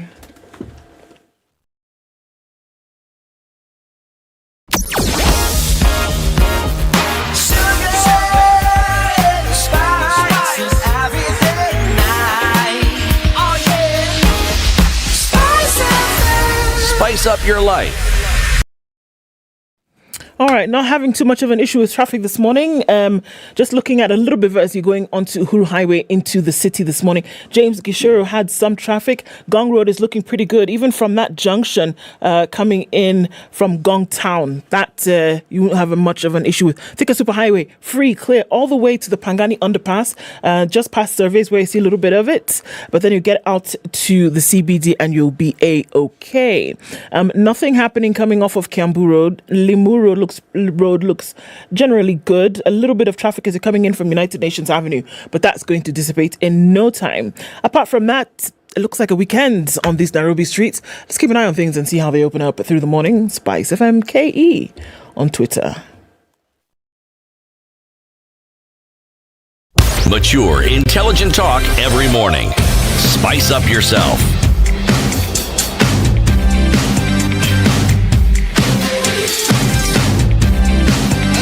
Mornings done right. 94.4 Spice FM, Nairobi. To 8, Alhaji Hassan Olenadu, the national chairman of SUPKEM, is our guest this morning. We're talking the way out of the Maandamano and back into normalcy. And you've said, Sheikh, that if we can separate some issues, one, we look at those very majorly political issues and put them aside for a bit. This is questioning the legitimacy of the Ruto administration, demanding the reinstatement of the Cherera 4 who resigned, looking at the demands for opening of the servers and whatever that would mean. Put those ones aside and then focus on issues that actually affects all Kenyans. Cost of living, number one. We have an education crisis, you said. We discussed that. We have a big issue with corruption. We have a big issue with climate change and the impact of climate change and how we respond to climate change. And then also properly tackling this giant thing we call electoral justice once and for all, and a proper roadmap for it. And for this, you say, it is important that the national leadership holds dialogue. And I asked you, so who's going to call the dialogue? And you said it can only come from the leaders. Those leaders have, however, told, like religious leaders, step aside, this is our battle. We are going to fight. How shall we come to getting them to have sense?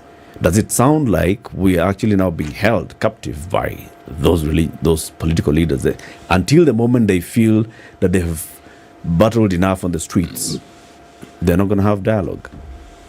Yeah, actually, for dialogue to happen in every environment, it is important that the Azimio leadership, the leadership of Prime Minister Raila Odinga, steps down, from the level that they are in at the moment. For example, if you want to engage, for example, the leader of government, the President of the Republic, you must first of all accept that he is legitimate. Because it's very difficult for you to say, I want to engage an illegitimate regime. Then what happens to us as a country? Because we have been having President Ruto in power for the last 7 months now. And so are we, what are we as a country? Because all what we know is that we have a president in the country.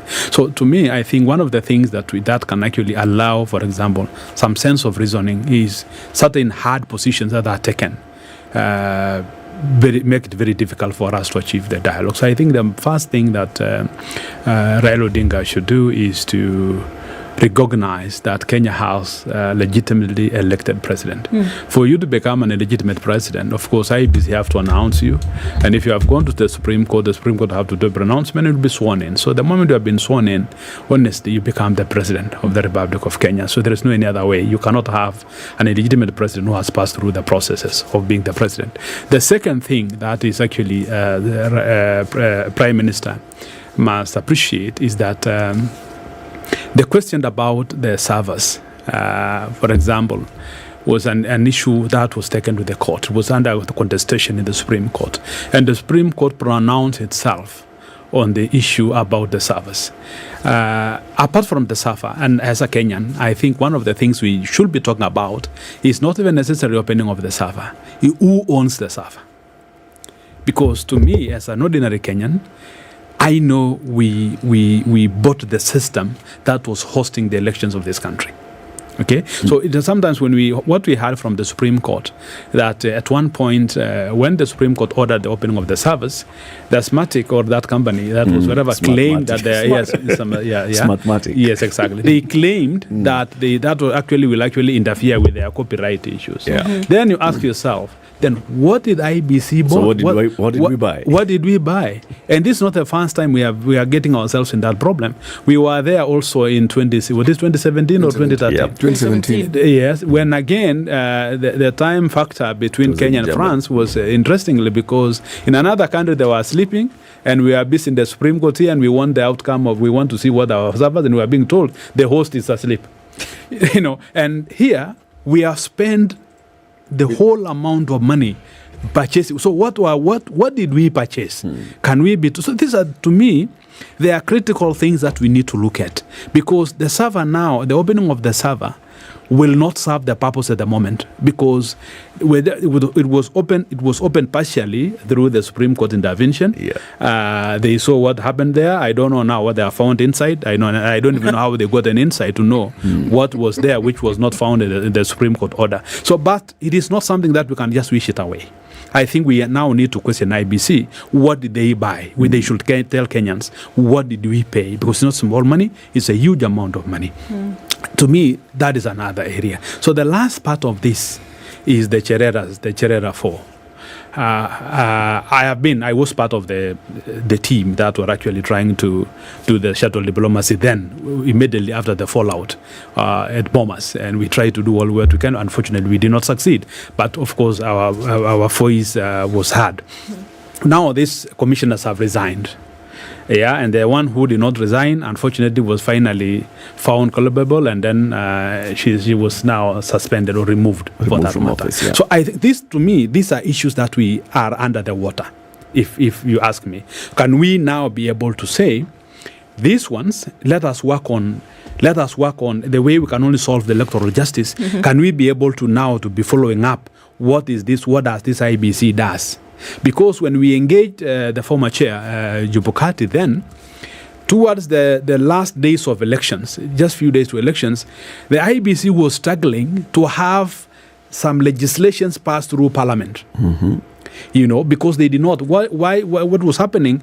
Jubukati and his team sat down to look at the judgment of the last Supreme Court judgment of Justice Maraga, to try to rectify those things that were said by Justice Maraga. And that is why they actually made some improvements, because there were serious improvements on IBC performance this time around. They were serious. And that what made that improvements because they worked on the recommendations of the Supreme Court of Justice Maraga. So what we are supposed to be doing now equally is to look at what are the recommendations that were made in the last judgment, and then we put into account. And I think we also need to prepare and to make sure our legislature does their duty, because we are also failing in the legislature, because some of these critical things are brought on board the last minute. So in a way, many of our members of parliament and even political party leaders may not even know what has changed in the legal system. And so these are the things that we need to work on. And if we can come to the table with clean hands,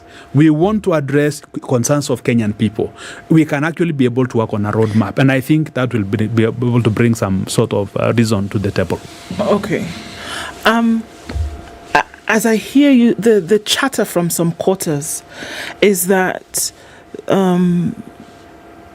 the Azimio side in all of this is not being genuine, because if they actually wanted to see some of the things that you're speaking about right now solved, that they would actually take another route and occupy fully the position of the opposition. Absolutely. And start within the legislative arm through Parliament, as well as starting to hold the executive accountable for some things, that they would take that on in that manner. Do you agree with that? The ingenuity of this, or the lack of genuineness here, is that an element to be looked into? Because if they really wanted to change, they would take up a position that would guarantee that somebody would pay attention to what they were saying.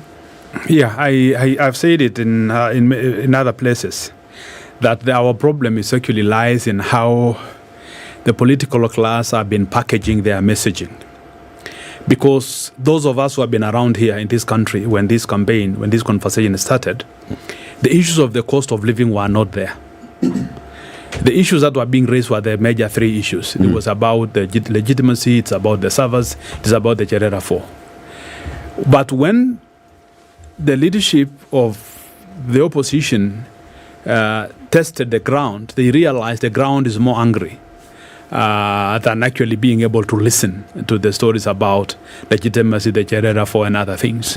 So because the sounds of Unga were actually louder there, they immediately packaged the information, their messaging now, to include Unga and other things. So they're actually the issues that are concerned with the Kenyan people, including the cost of living, are not the primary concern of the mass action. They are not. What is the primary mass issue of mobilization in the mass, mass action thing, is all about the political agenda. It is not the social welfare of the Kenyan people. And I think Kenyans that we have just fallen into a trap, because we are suffering from the challenges that we are facing. And always a human being have this weakness. It is very easy to blame somebody. And sometimes in the religious community, sometimes we say people may even blame Satan where he's not supposed to be blamed. Because, you fail yourself, but because there is other things that you can actually blame, you can say, Shaitan. But some of the things are actually, it's you, it's not Satan, it's you. So here, it is also very easy to say, we have a problem because this is what had happened. But really, our issues, our concerns are not the primary objective of maandamano. Yes. And I think Kenyans need to take note of that. And actually, just listen at the messaging. You'll actually take note of that. If that's the case, then there's the other arm of our society, and that's where religious leaders would come in and champion those issues that affect Kenyans, the social welfare issues that you're saying. If the political class is busy keeping us diverted with whatever they're doing, and then just sprinkling a bit of unga into the conversation to make us occupied, then you have a place to play. Then you also have a role to play in mainstreaming the unga issue, in mainstreaming the education crisis issue, in mainstreaming all these other social welfare issues. Where is the voice of the religious community? There is. The only problem with us now at the religious sector is firefighting. We are trying to put up the fire instead of now focusing on that agenda that you are actually properly put it. And I think that should be the focus. Now that nobody wants to listen to us, then we need now to midwife that agenda, ensure that Kenyans understand what is actually ailing the country. And I think that is what we should do. Because if the voices of reason are not emerging, we have a problem. And one thing I also want to have taken note in terms of in our organization as a country is that we no longer have parliament. What do we have? We have a house of trade, where people who are actually in parliament no longer represent that Kenyan people. They may be few members of parliament. I'm not actually condemning everyone. There may be some few, but the majority of our members of parliament are people who are just listening what is being said out there by those who call shots in the political party structures. And we don't have. We no longer have the parliament like what we used to have before, where someone goes to parliament and it becomes that voice of the Kenyan people, that voice of reason.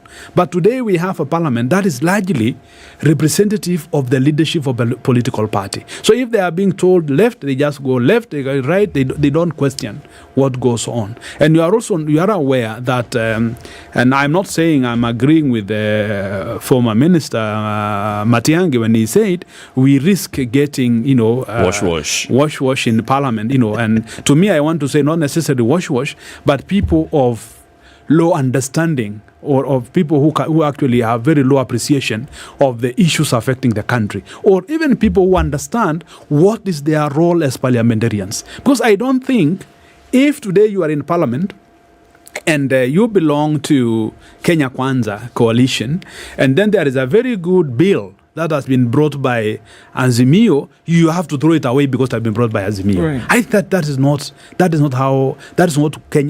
what Kenyans expect from their members of parliament.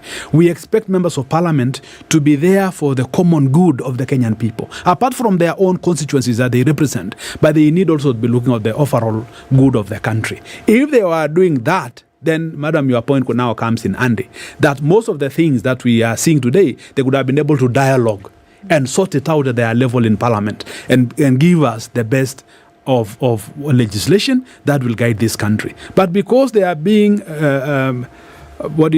are being micromanaged, it becomes very difficult for them to... They are spineless. Really, exactly, yes. Yeah. Sheikh, why do you think political leaders don't listen to you, religious leaders? I don't want to say we represent different constituencies, but we have different standing in society. Because one, at the political, the religious leadership, we speak to the people, including the political class.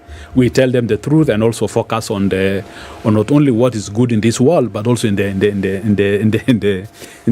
next world. Okay, in the world after. In the world after.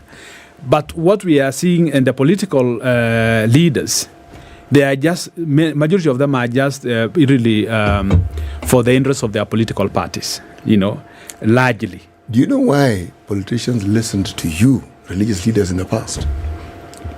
If you were asked, and I'm asking, do you know why they listened to you, why they would pay heed? I will tell you.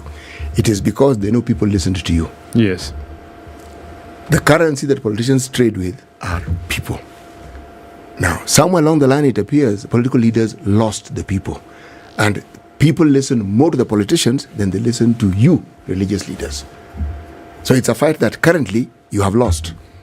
So even as you speak, they know full well that you do not have the might or the strength to change anything for them. That's why they can ignore you.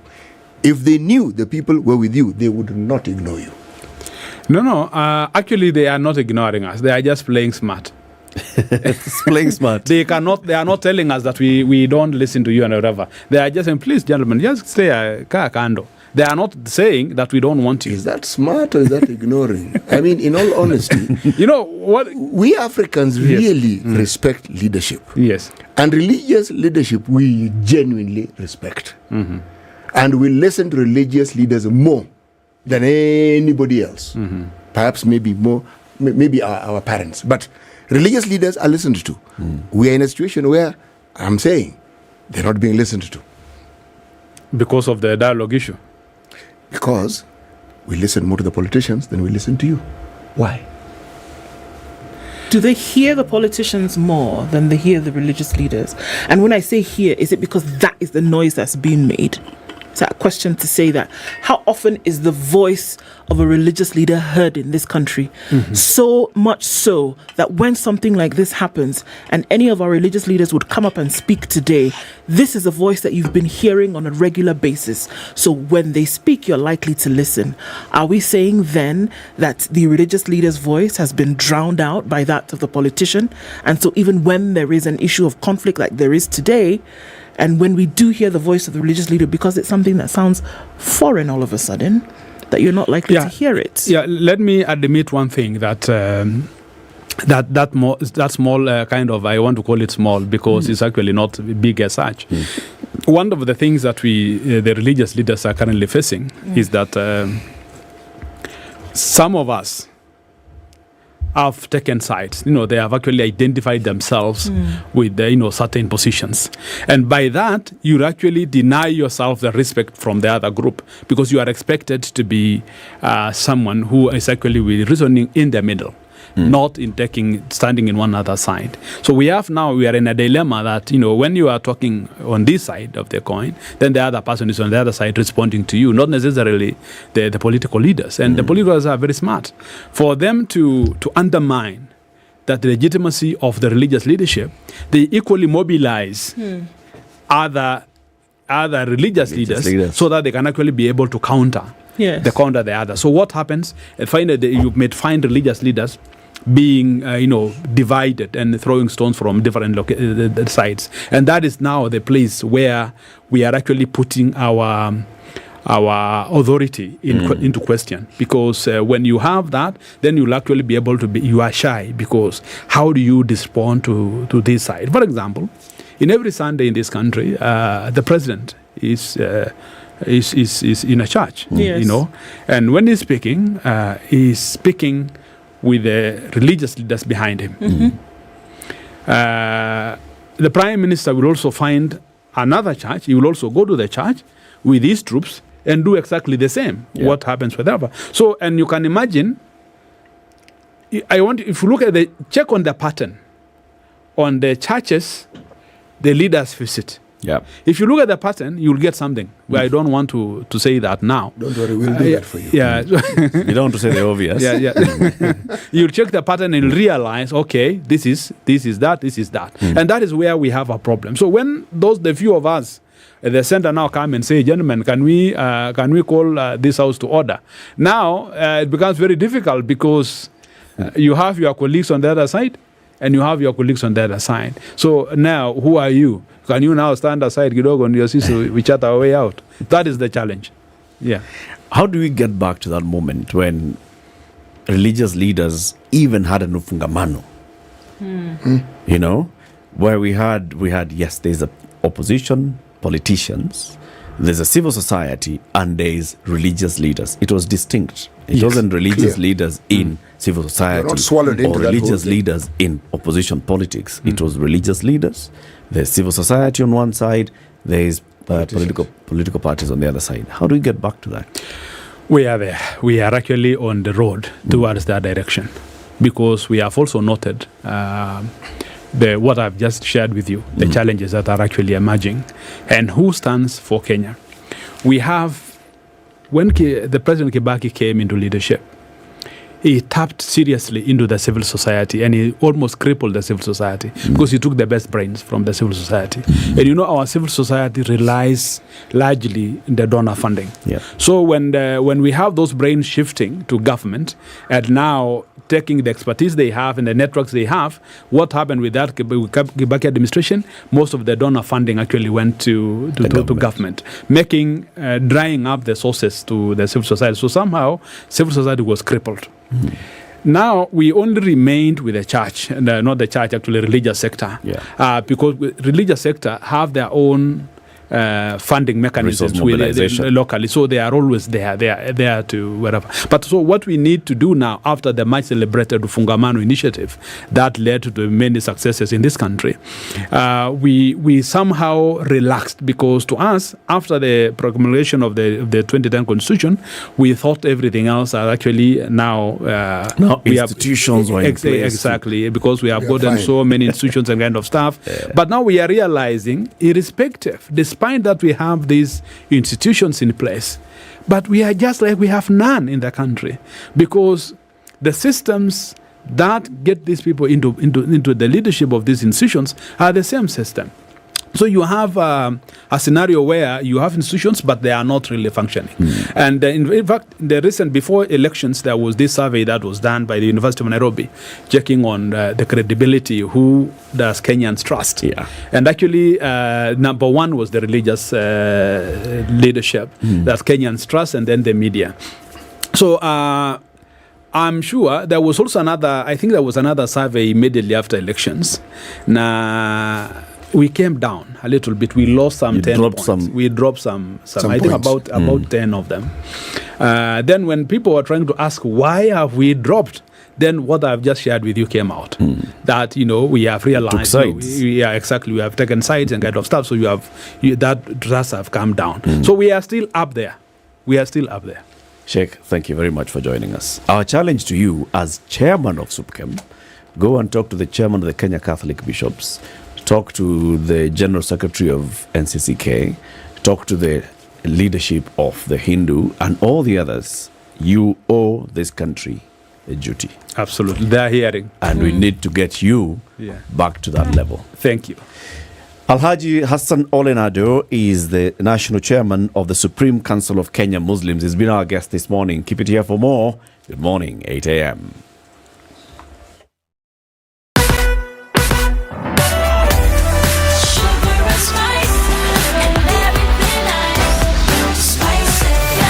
Spice up your life.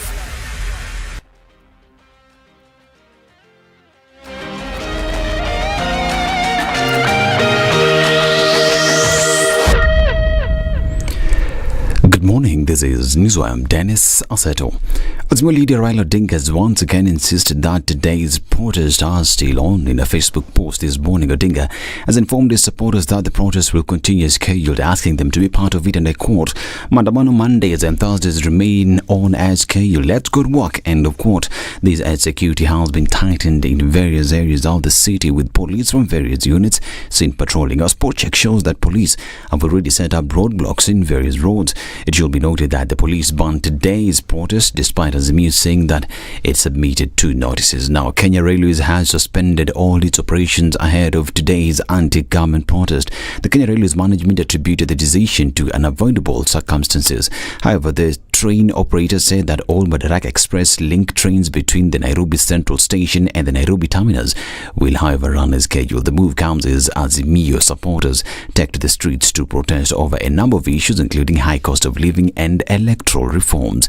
Now, the Secretary General of the Unit of Security Guards, Isaac Kandabwa, has said that the Azimio protest will greatly affect their work, asking Kenyans not to participate, instead to get involved in nation-building activities. Speaking in Lugari, he said that protests are greatly affecting the economy. Mega na Lugari ikiwa hii ni basket, ndio food production, ndio mambo ya maandamano. Hataki kusikia mambo ya Lugari. Muende kwa mashamba upande mahindi. Baada ya barabara, wewe si mtu wa Nairobi unafanya mtengo huko. Ukianza Lugari maandamano, utakula nini? Nitakosoa hao wote positively, si ndio? Hapana mambo mengine. Bahali ambapo waliweka promises kwenu, si ndio? Akiwamo governor, akiwamo deputy governor, akiwamo mheshimiwa Nadina Bwera, akiwamo MCA. Hizo manifesto nimesema nitasanya zo wahakikisha ya kwamba wamedeliver hizo promises kwa watu wapi, ama mtaki hivyo, lakini sio uchokozi, si ndio? He has asked the elected leaders to ensure that they fulfill the promises they made to the voters during their campaigns. Now, the clergy continues to urge the political nemesis around the President William Ruto and Azimio leader Raila Odinga to sit and dialogue on issues of concern. Speaking Kilgoris, the Bishop of the International Gospel Missionaries Church, Jen Ngethe, expressed regret on the push for demonstrations by Azimio Brigade, saying it will affect the economy. It is my desire as a servant of God that I would wish and call for a dialogue from our President, Daktari Honorable William Ruto, with Right Reverend Raila Amolo Odinga, because through dialogue they will be able to solve whatever problems there are.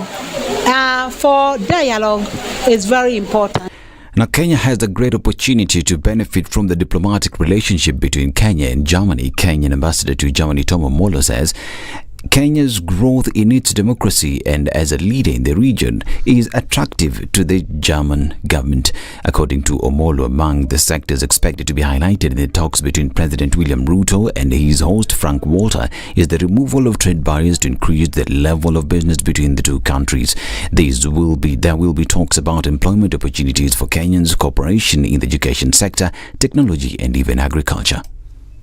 Tuko kwenye majadiliano kuona kama Wakenya wale wamesoma kutosha na wanajua lugha ya Kijerumani, tunaweza kuwasaidia pia wapande ile ndege wakuja wafanye kazi hapa. Tayari tumeona nafasi, tumeona angalau kidogo watu wameanza kuja. Nurses, nimeona juzi wanabishi wanasema sijui mnaweza kuwa na waendeshaji matrucks. Tunaona vile tunaweza kusaidia wenzetu wa Kenya wakuja Ujerumani watafute angalau kitu ya kuweka kwa tumbo. Agriculture sector ya kutoka March mpaka October inahitaji wale wanaita seasonal laborers. Now, Ruto will be in Germany for a 2-day visit before heading to Belgium for a 1-day visit. Now, 2 bodies of officers who went missing after their boat capsized in Lake Victoria have been retrieved, according to Mugabo Beach Management Unit chairperson John Odhiambo. The first one is reported to have been spotted by local fishermen who were on their routine fishing expedition, while the second one was retrieved by divers. Search for the third body is still underway. The 3, among them 2 police officers and a Kenya Revenue Authority official, went missing 2 days ago after a boat they were in capsized in Lake Victoria at Mugabo Beach, Migori County. This is News. I am Dennis Aseto. Good morning.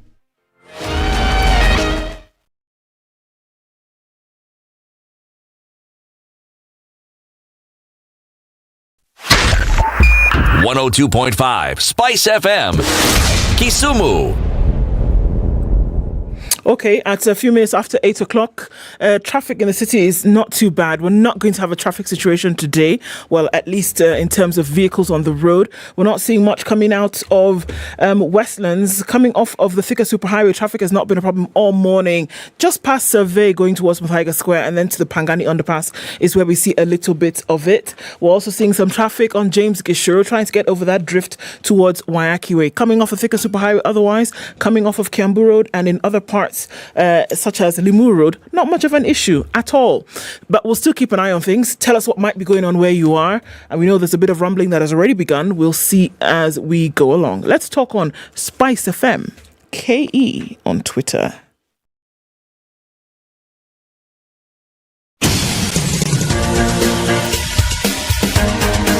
This is The Situation Room, the home of hard-hitting political commentary and penetrating insights about the state of the nation. This is a talk radio experience like no other. The Situation Room, a place for hard truths, debates, and elevated conversations. The Situation Room, witty, political, engaging, deep, controversial. In the room, we have C.T. Muga, researcher, academic, seasoned political observer, a fountain of wisdom in these politically uncertain times. Ndu Oko, Nigerian by birth, Kenyan by choice, communications expert, Pan-Africanist, a truth seeker and believer in people power, and Eric Latif, agent provocateur, the man in the chair, seasoned journalist, news hound, a man who believes in punching up, not down. This is The Situation Room, the only way to start your day. The only way to have meaningful conversations in the morning on your drive to work, in the office, or at home, wherever you are in the morning. SpiceFM, SpiceFM KE on Facebook and YouTube, and KTN Home. This is where the conversations take place every weekday morning, 6 a.m. to 10 a.m. Also, this is the only place that tells you how you can get yourself into owning a home. And if you're thinking about owning a home somewhere down Limuru Road, near Ruaka, next to Gigiri, next to very beautiful neighborhood, and this is at Two Rivers, talk to Centum Real Estate. They're putting up very beautiful apartments at Two Rivers, near the Two Rivers Mall. It's a mixed-use development facility, you know that. So there's a mall itself, there's a children play area, there are hotels there, there's everything, there's ample parking, there's an entire community that's coming up there. Be part of that community by owning a home at Two Rivers. Just text the words Two Rivers to 22365. Two Rivers to 22365. You'll receive an immediate response that tells you our people will be in touch with you shortly. I'll also tell you if you'd like to call us immediately. Here are the numbers that you can call. You can visit our website to get more details, and then they'll also give you the website. And during the day, they will call you back and tell you, thank you for reaching out to us. How can we help? They'll walk the journey of home ownership with you. The Honorable David Ochieng is a member of parliament representing the good people of Ugenya. He is our guest this hour in the studio. David Ochieng, good morning. Good morning. Welcome to Kenya's biggest conversation, the hot seat. Thank you. Thank you. The last time we spoke with you, you were in the 12th parliament. That's right. Now you're back in the 13th parliament in the same political party. What's the name of that political party? It's called the Movement for Democracy and Growth. Movement MDG. That's for right. Democracy and Growth. Yes. MDG. Not medium development goals. MDG. This is MDG. Movement for Democracy and Growth. And growth.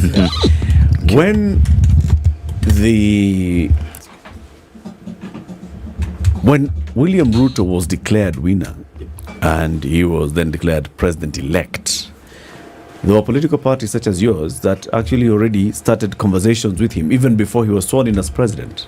Yes.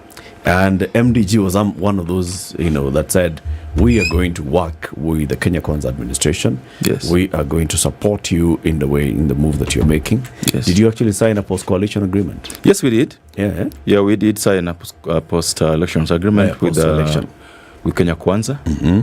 I think with the second one after UDM post-election. And it was basically, I would call it a protest. It was a protest? Yeah, really a protest because, we went into Azimio to try to get a president and to, win seats. And you know where I come from? I come from the larger Western Kenya. I'm from Ugenya.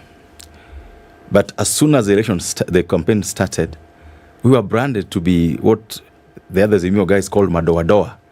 And we were told that as long as the Azimio is concerned, Azimio ends in Awasi. Once you get into Nyanza, it's an ODM zone. So you can imagine, I'm campaigning in my own constituency, and the guy you are campaigning for to be president comes there and says that me am a Madoa-doa. Me and my party, they should not elect my candidates. He comes there 3-4 days to elections and says, no, if you're not in ODM, why should we elect you? He goes to Kisumu, where we had candidates like Ranguma and Olago, And in fact, some of them are even sent away, chased away from the Azimio rallies. So it was purely a protest that as soon as the elections were done, we had a NEC meeting and we saw no reason at all. And we didn't, actually, it didn't matter to us whether the courts were going to say Raila was president or not. You whatever happened. But that's why we left before the court determined. So even if Azimio had won the presidency, no, we're not going to remain there. You were still going to join the Kenya Kwanza. Latif, it was such a terrible relationship. Paul and Dungu. Yeah. You know, you go to a rally. You go to a rally. Tulia Kwanza. And someone says, let City welcome you with a proverb. Just please calm the man down. Actually, I was rather hoping he'd continue speaking because when he comes down, he'll tone down what he wants to say, and I didn't want him to tone it down. No, not quite. Not quite. Yeah. Our proverbs for the whole of this week come from the country of DRC. Yes. Okay? Yes. And our proverb for today is, being well dressed does not prevent one from being poor. Yes. Now, my colleagues were of the view that actually you could turn this thing around a little bit and saying being poor doesn't prevent you from being well dressed. Because I'm saying being well dressed doesn't prevent you from being poor. And they said, yeah. It's interesting. You can be poor, but still well dressed. Yes, but you're still well dressed. Mheshimiwa, what do you make of that proverb? Very many things. And I'll give you an example of what happened to me when I was 18, 19 years old. And this is my first time in Nairobi. I went to school in Busia, a school called Butula Boys High School.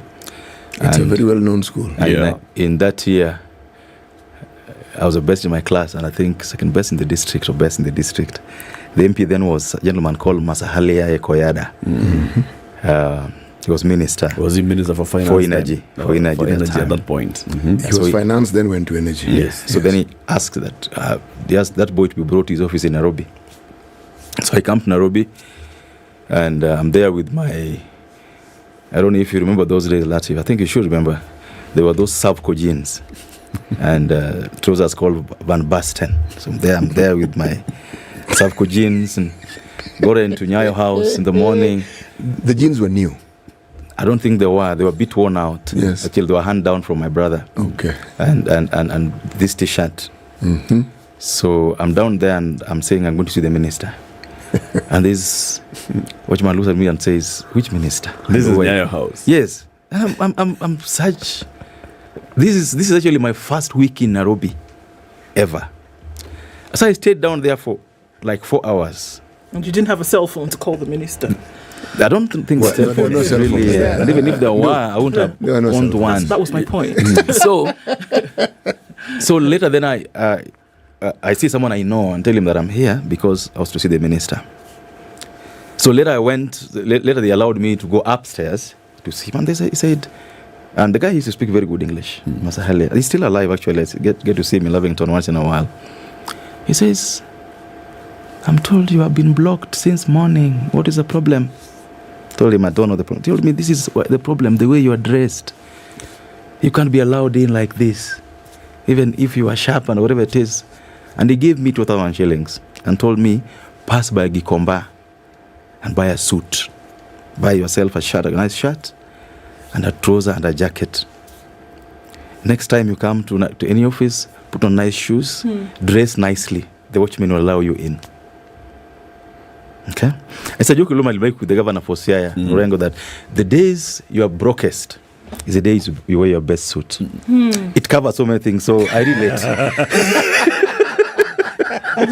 I relate. So the proverb is quite a profound one. In terms, even if I look at it two ways, it's a very profound proverb. Yeah, because it tells you that, you should always never wear what is inside you. Yeah, you should always never wear what is inside you. Let those ones be your things. So when you leave your house in the morning to face the world, dress for the day. Show your best face. Very well put. I like that. Very well put. Very well put indeed. Yeah. Hi, back to the MDG in Kenya Kwanza. Yeah. Okay. So in your post-election coalition agreement, what does MDG get in Kenya Kwanza? We get, I'm the only MP in the party, And then we got 8 MCAs in Busia County. Those are the ones we won in the last election. 7 in Busia County. And so we get board appointments. You know, I'm the speaker's panel in Parliament. I was supposed to be chair of a committee, but I thought I needed time to do the things I want to do. So I needed something that is not controversial and that will not take most of my time away from the constituency. I also thought that not having campaigned with the Kenya Kwanza team, it would not be good to take their seats and chair a committee. So I thought the best thing would be... So you thought your shares are not enough? Not even to go to cabinet. Because, I mean, it was going to also ground me. I have things I want to do politically for the future. And I thought having my time free would be a good thing. And then we then get appointments in board positions based on the numbers we have that I've just told you about. Yeah. Mheshimiwa, when you were campaigning in Ugenya, and even as your MCAs were campaigning in Busia and all your other candidates in Kisumu and elsewhere, you're campaigning using the Azimio manifesto. Yeah, that's true. Basically, by and large. Yes, that's true. And now here you are championing the implementation of the Kenya Kwanza manifesto. Yes. Do you find yourself sometimes forgetting? Hustler Fund. No, I don't forget for this reason.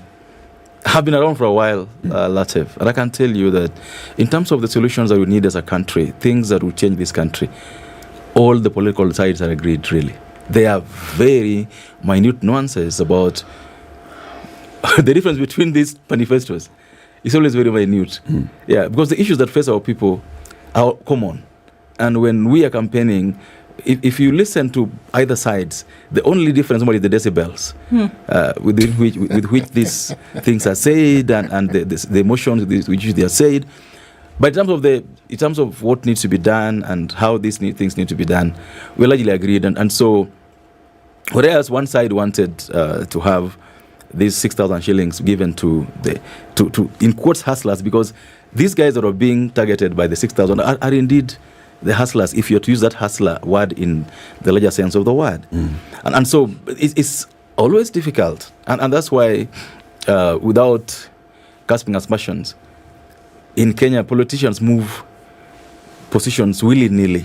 Because there's nothing really serious about their manifestos, if you ask me, in terms of differences. If you pick the Kenya Kwanza manifesto today and picked the Azimio manifesto today, and you go to the chapters on water, chapters on education, very small and minute differences. So I hardly get to a situation where I'm not able to say what I need to say.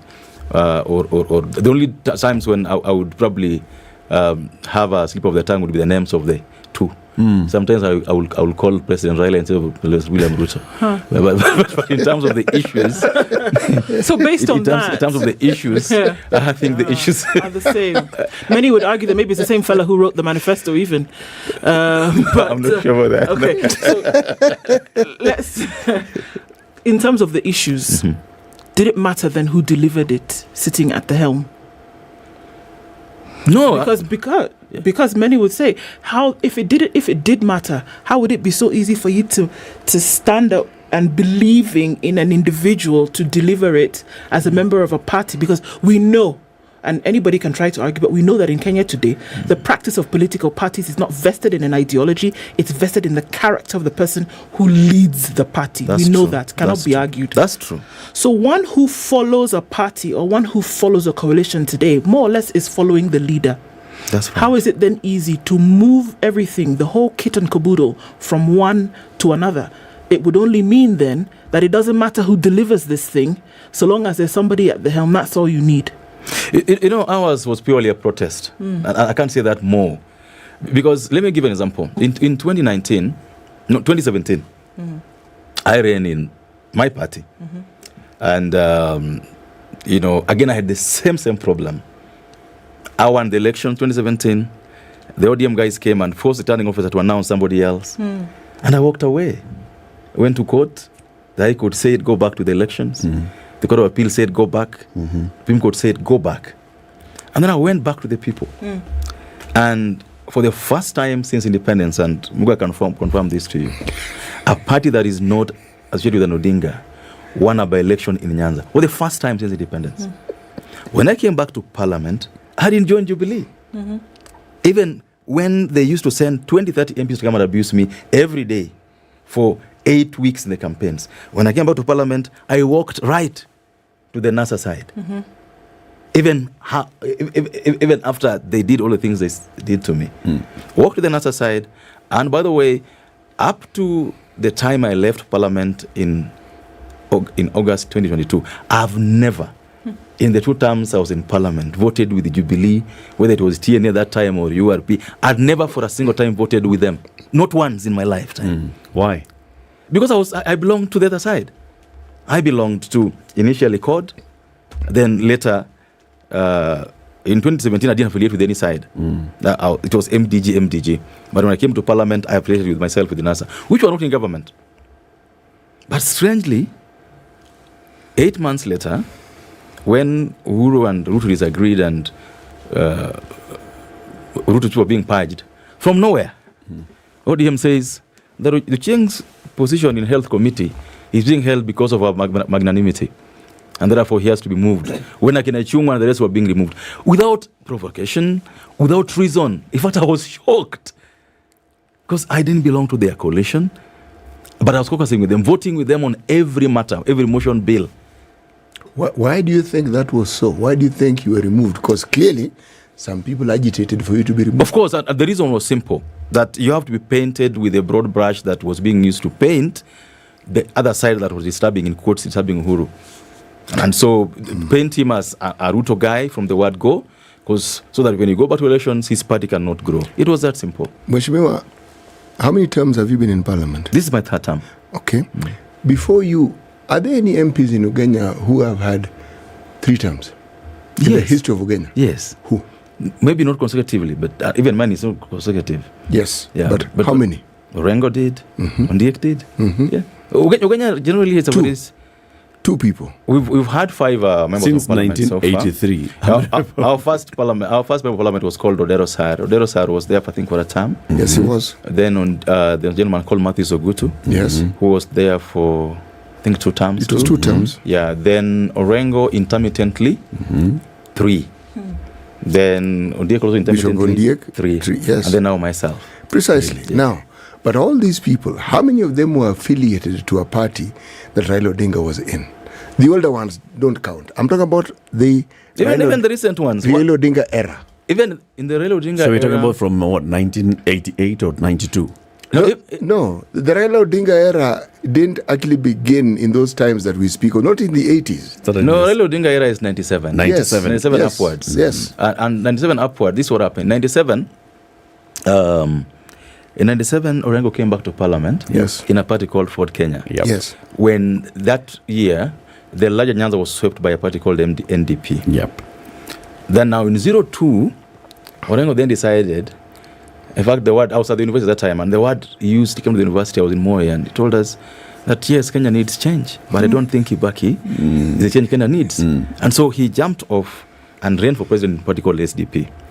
And now in that year, Ondiek, who had been a very close friend of Moi's and was in Parliament because of Moi for a while, then came into NDP, not NDP now, but now it had become now. L. It was LDP now that joined and then became. No, L came much later. No, it's L. 02 is the L. LDP was the one. Oh, 202. 02 is the L because part of 97 that was the L. 97 NDP. Yes. Then 98, 9, Jogo swallows the Tinga. And then You're after right, that, then 202 was LDP comes in. Yes. And so, because of Rengo's move to run for president, Ondiek gets in through LDP now. He serves up to. So for 2 terms, the people of 07. Uganda have not gone with Raila's party. Not 2 terms, severally. No, we are talking about now from 97. Post 97, yes. Post 97, it is 97 Orengo. We have Then SDP. Then now 02, it was Raila party. 07, Raila party. 13 also, I came in ODM. Oh, it's a Raila yes, party. I came in ODM and strangely, and I wanted to say something on that issue, because everyone tells me that I've been in Parliament because of Raila. I'm the only MP in Nyanza, and I can swear by the Bible on this, that Raila has never campaigned for. Not once.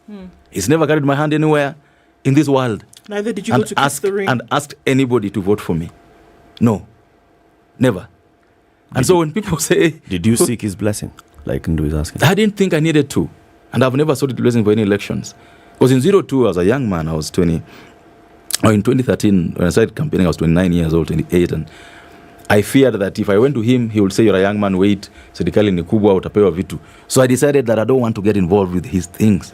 And I also didn't want to get this thing of, and on this issue, people spoil his name for no reason, that you have to give him money to get his ticket.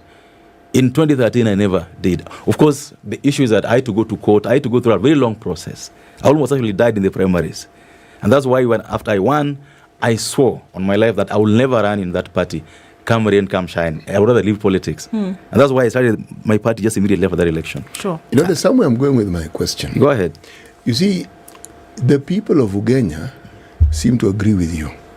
Because for them to keep electing you, when the rest of Nyanza, well, predominantly the rest of Nyanza, people seem to vote for ODM.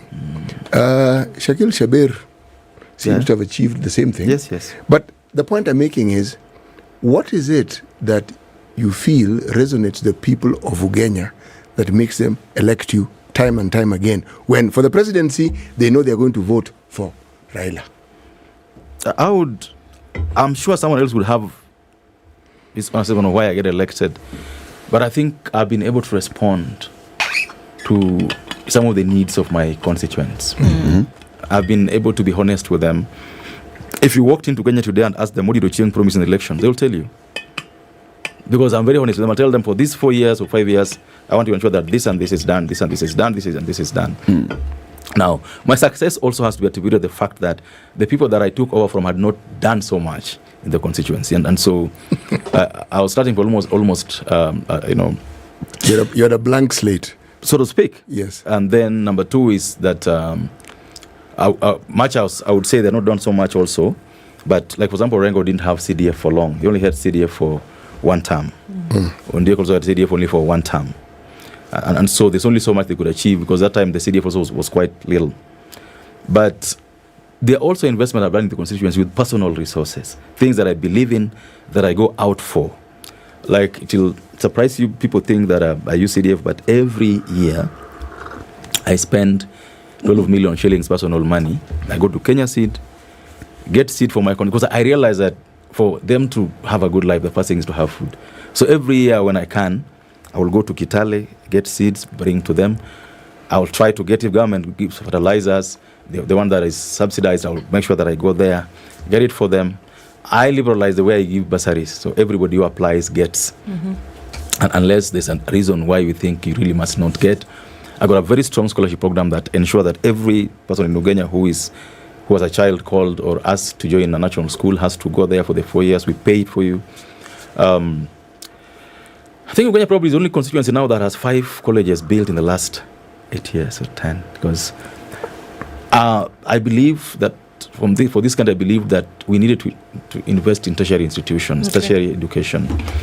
Because I checked that out of 10 students from high schools, only 2.5 go to the universities. So I said, I need to invest in tertiary. And so I built a teacher's college there with CDF. Then we built a technical college there. We built a medical training college. We built the only second forestry college in the country that is almost being operationalized. And we've now just finished constructing the only agriculture college in that place. We, in our time, got the only first ever tarmac offside the Kisumu Busia Road. We've, in my opinion, we've done well with infrastructure and education. Also try to address especially issues of women doing business and young people having a chance at getting a trade and a skill in life.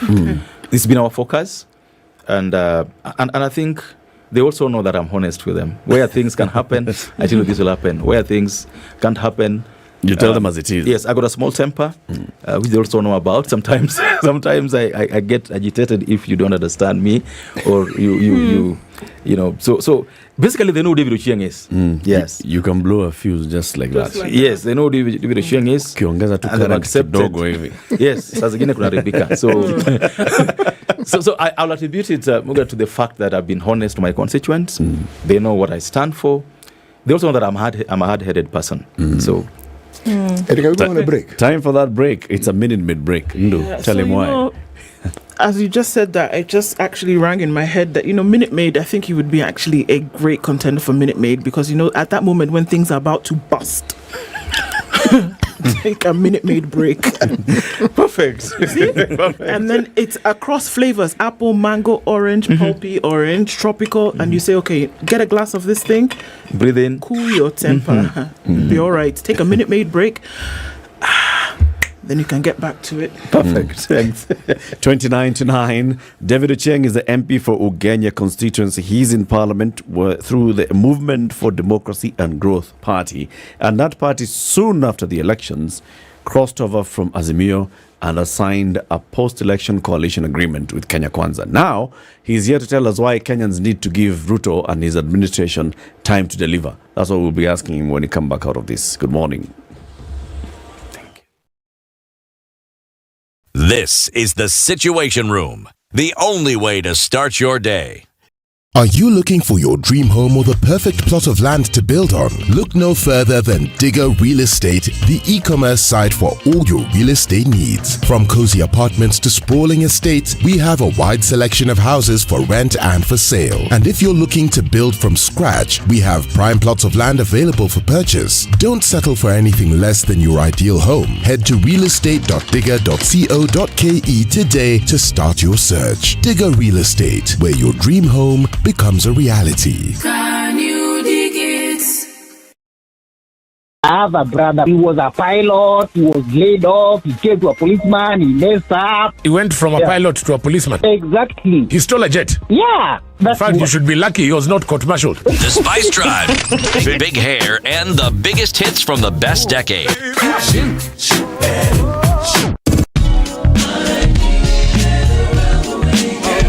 Indeed, it's all about hashtag Spice Drive, hashtag Quatch, KWACH, 3 to 7 in the PM. The Spice Drive, only on 94.4 Spice FM, Nairobi. Damn.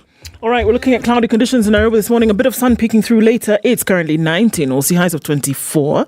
17 and sunny in Nakuru. 17 and sunny as well in Nyeri. And it's 15 and the sun is coming out in Eldoret. We'll go to highs of 23 today. At 28, it's sunny in Mombasa. Highs of 32. And we'll see highs of 32 in a sunny Malindi at 27. It's cloudy at 20 in Kisumu. Highs of 27. And it'll go to highs of 26 in a sunny Kakamega, currently at 16. Kampala is sunny at 18, highs of 26, and we'll see highs of 29 in Dar es Salaam, where it's sunny at 26. It's 14 and sunny in Johannesburg, highs of 22, and it'll go to highs of 32 in a cloudy Lagos at 24. At 23, Kinshasa is sunny. It'll go to highs of 31, back down to lows of 23.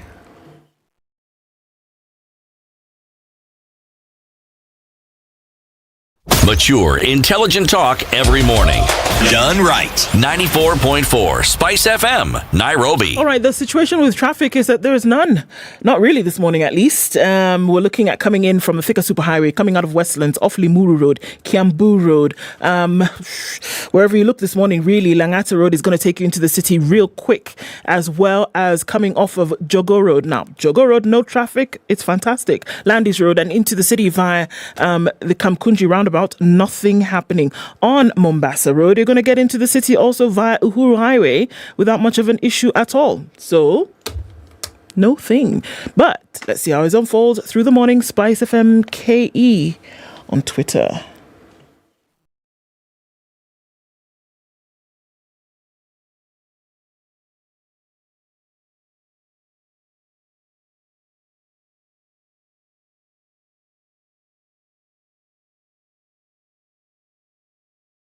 Mature, intelligent talk every morning.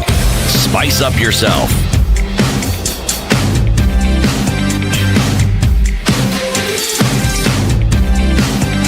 Mornings done right. 94.4 Spice FM. Tonight, the conversation continues with the Honorable David Ochieng, MP for Ugenya. He's here to tell us why we should be patient with the Kenya Kwanza administration. Mheshimiwa, maandamano day 2 today, as we speak, starting, right? Yes. And the leadership of Azimio is agitating for several things. Number one, cost of living. Yes. Bring down the cost of living immediately. Yes. Yes. Number two, we are looking at electoral reforms. And now one of the things they're talking about is this Kenya Kwanza administration. President Ruto is creating his own electoral commission. And he should halt this appointment and recruitment of electoral commissioners immediately and include everybody else. 2, reinstate the Cherera 4. into the Electoral Commission before we have. Number 3, open the servers so that we can show you what our whistleblower is saying. 8 million of those votes in there, Raila. Issues, everything else that they're talking about, I mean... return subsidies. Return of subsidies bring down the cost of living. Are these not legitimate concerns? Some legitimate, some not. Some hot air. What is legitimate? Legitimate is things like the cost of living. It's run away, really. It's not easy, guys. It's not easy. Everyone is hurting, even from the ones that depend on barter trade and non-cash economy in the villages to the guys who depend on, Mijengo in Nairobi. It's not good at all. Everyone is trying to just get by, and the reason is simple: that we've had shocks and stress on all what you'd call all the economic fundamentals in the country, things that would make life easy. We've had a very prolonged drought in the country. Now our territorial markets where we get our goods have been, bombed, like the Ukraine, and the oil prices have gone very high up. And so everyone is really hurting, if you ask me. And this didn't start yesterday. We've been in this situation almost for the last 18 months, in my opinion. And so the issue is, how do you address it? And it was a bigger issue in the campaigns, really. Everyone was saying, how's he going to address it?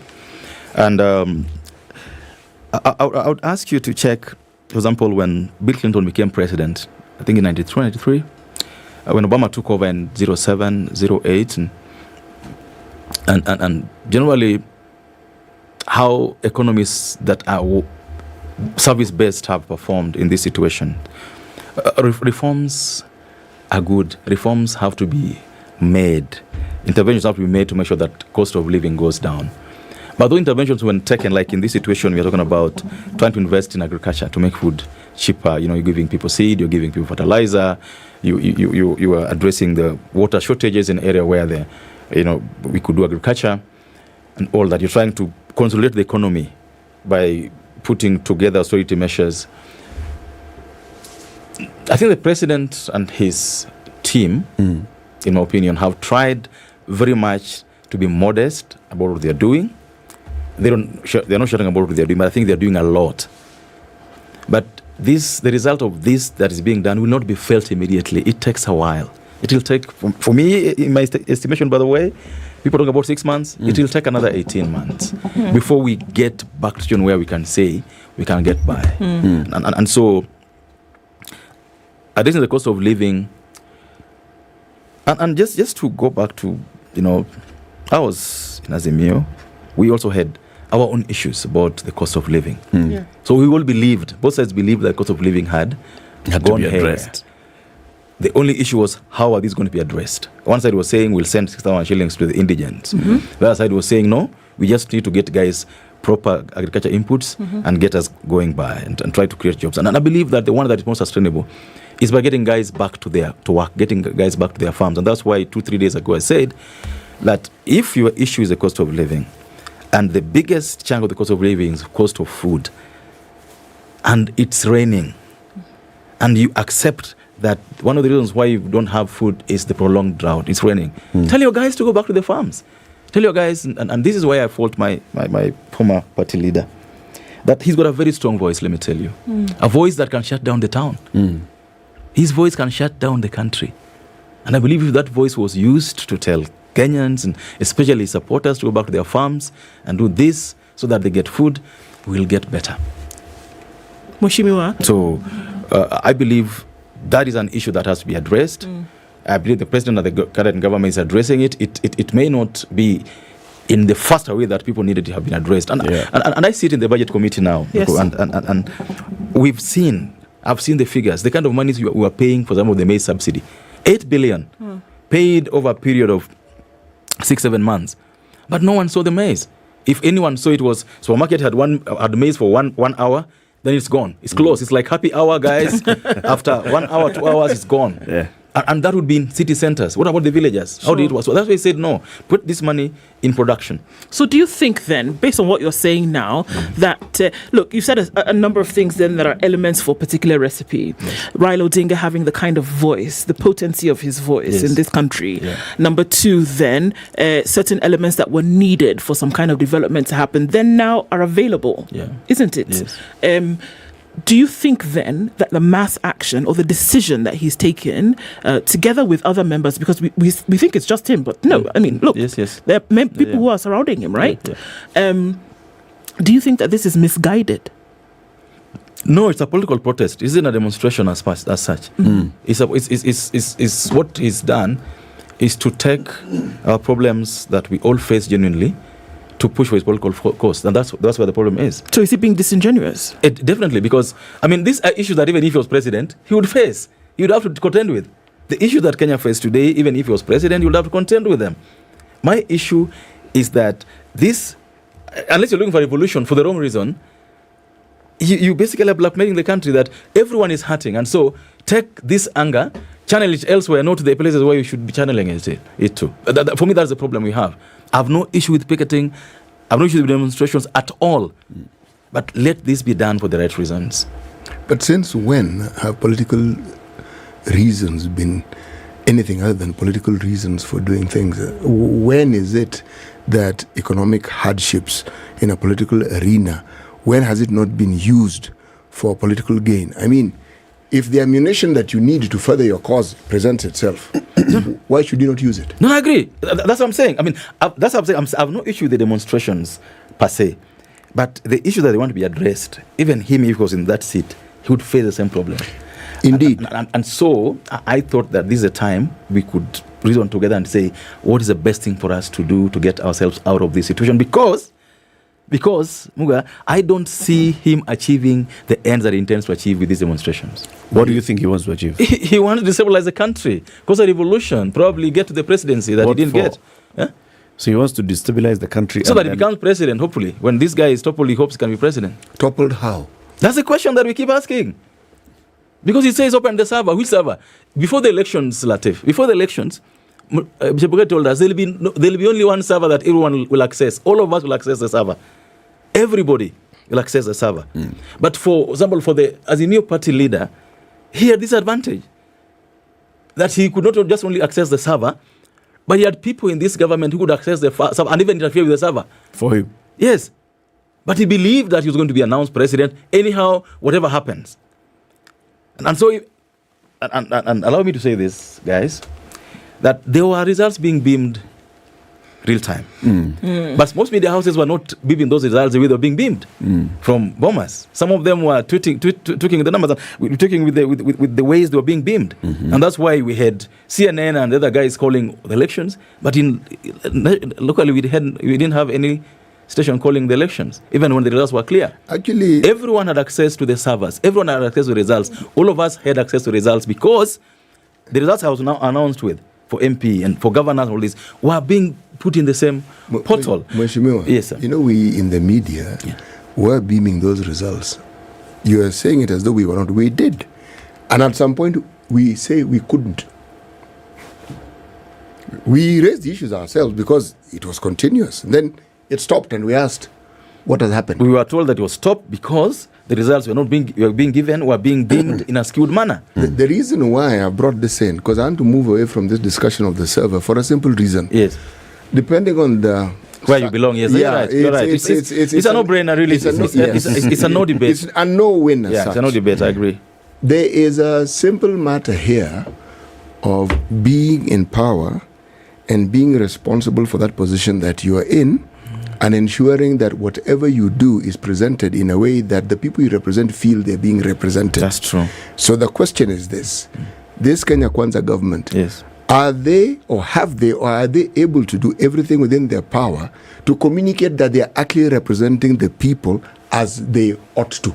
I'm not talking about political promises, as they ought to, because if there is an absence of that, then essentially what you're doing is you're fueling the very person who is opposing you with your own hands. You could be right. But I think, for example, from where I sit in Parliament and leadership of Parliament, we've very much communicated to the country what we think the Kenya Kwanza government is doing to lessen the pain and to invest in lowering the cost of living. Okay. The thing that you're talking about is that today, this is where I think some of the agitation comes in. And that is why you will see that many people then will throng because they feel it. At the place where people feel it, it is a today problem. And the strategies that are being put in place are things, understandably so, that will take time to realize. The problem is that prior to this, promises were made, things were said that gave some kind of immediacy to action. That's right. That unfortunately we are not seeing today. So you mix hunger with frustration. It's not going to be very difficult to call people to come out in the streets. It's not difficult. That's true. Right? That's true. Yeah. So here we are saying, look, things are being done. Yes. That's great. But unfortunately, the results are taking long years. The results are taking time. So is it, and if it's not, it's really okay to say that it's not, that is it, it's going to take time. Is there something that can be done in the interim? It's really okay to say there isn't, and we're going to have to hold on a little bit more. But unfortunately, that thing, we're not hearing it. No, I think we just are not being fair on that. This government has said severally. Please remember what I said before that. That prior to that, the promise that was made was that I think there was a Bible, and as soon as it was put down, certain things were going to happen. Yes. And then here we are, 6 short months later, saying, actually, you know what? Maybe not when I put down the Bible. Maybe a little bit longer. And I think that when you combine those two things with the frustration and the high cost of living, and that many a Kenyan is hungry today, this is a recipe, unfortunately. No, it's true, but which is better? To lie to Kenyans that the things you're going to get some omena calf or some sukuma wiki calf tomorrow when you know it's not there. And I think the president has been honest with it.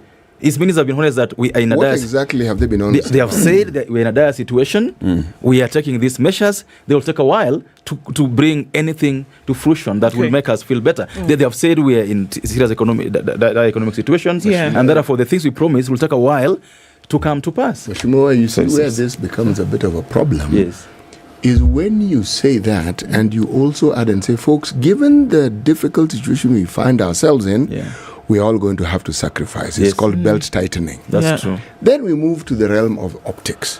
It is very possible we need more cars for the leadership. It is very possible we need, every state department needs a CS. It is, all those things are possibilities. However, against this backdrop doesn't look good of promises, belt tightening, the optics are no correct. You are spending and you're telling us to tighten our belts. On that one, Muga, you are correct, and I've told the president as much, that the optics don't look fine with 51 CSs. We've communicated some of this. I don't think I need to leave my head out there when I come here. On when you say something right, I have to keep pushing. The optics of how we've done our things so far is not right. People think that we are telling you tighten your belts, and as we are opening up our belts. Sure. Yes, and so that has to be addressed. So you say forward. You've told the president this? Yes. What's his response? No, he says that the things he's doing are to help him deal with the situation that you're facing today. He believes that the decisions he's made so far are to help him deal with the situation. And you know, when you're elected, I'm going to laugh if I'm going to do this, that when you're elected, we assume or we hope that you do things in the best interest of the country, and we allow you the benefit of the doubt. It's only 6 months. I personally am very patient with our president because I think he got into a situation that probably he didn't imagine, and now he has to deal with the reality of dealing with his pledges. They say you campaign in poetry and you govern in prose. Sure. He just needs to communicate more in my situation where we are, the things he's doing to deal with the issue, and where he thinks things are not being understood, he needs to make people understand what's up. But above all, do what Muga has said. You're a level-headed man. Don't ask us to tighten our belts. And you see your ministers around town globetrotting, walking around in choppers and doing things that generally do not resonate or do not quarrel. That is perfect. Government should behave in a manner to show Kenyans that. Now, previous to your coming here, we had the national chairman of SUPKEM. Yes, I saw him. And he had said one of the things that, one of the frustrations, he expressed one of the frustrations is with our legislators, the people's representatives. and saying, recent parliaments are actually failing the people of Kenya by not representing them well, by not ensuring that their issues are properly advocated in parliament. Yeah. Like Ndu was saying, you sound like a level-headed person. And whatever things that you're talking about here this morning, do you raise such issues in parliament? Do we hear those voices in parliament? You are in the budget committee, right? Yes. Okay. So have you completely been convinced by the National Treasury when it says it wants to spend 400 billion shillings more in the next financial year? You approved that. When it says that we want only to increase 30 billion shillings to devolution in the next financial year, and yet the national government is going to spend 400 billion shillings more, do you approve that? When you look at, the money that is going into very many other things in terms of operations of running government, cars, vehicles, services, transport, meetings here and there, conferences, and over half a billion, 500 billion shillings is going into that.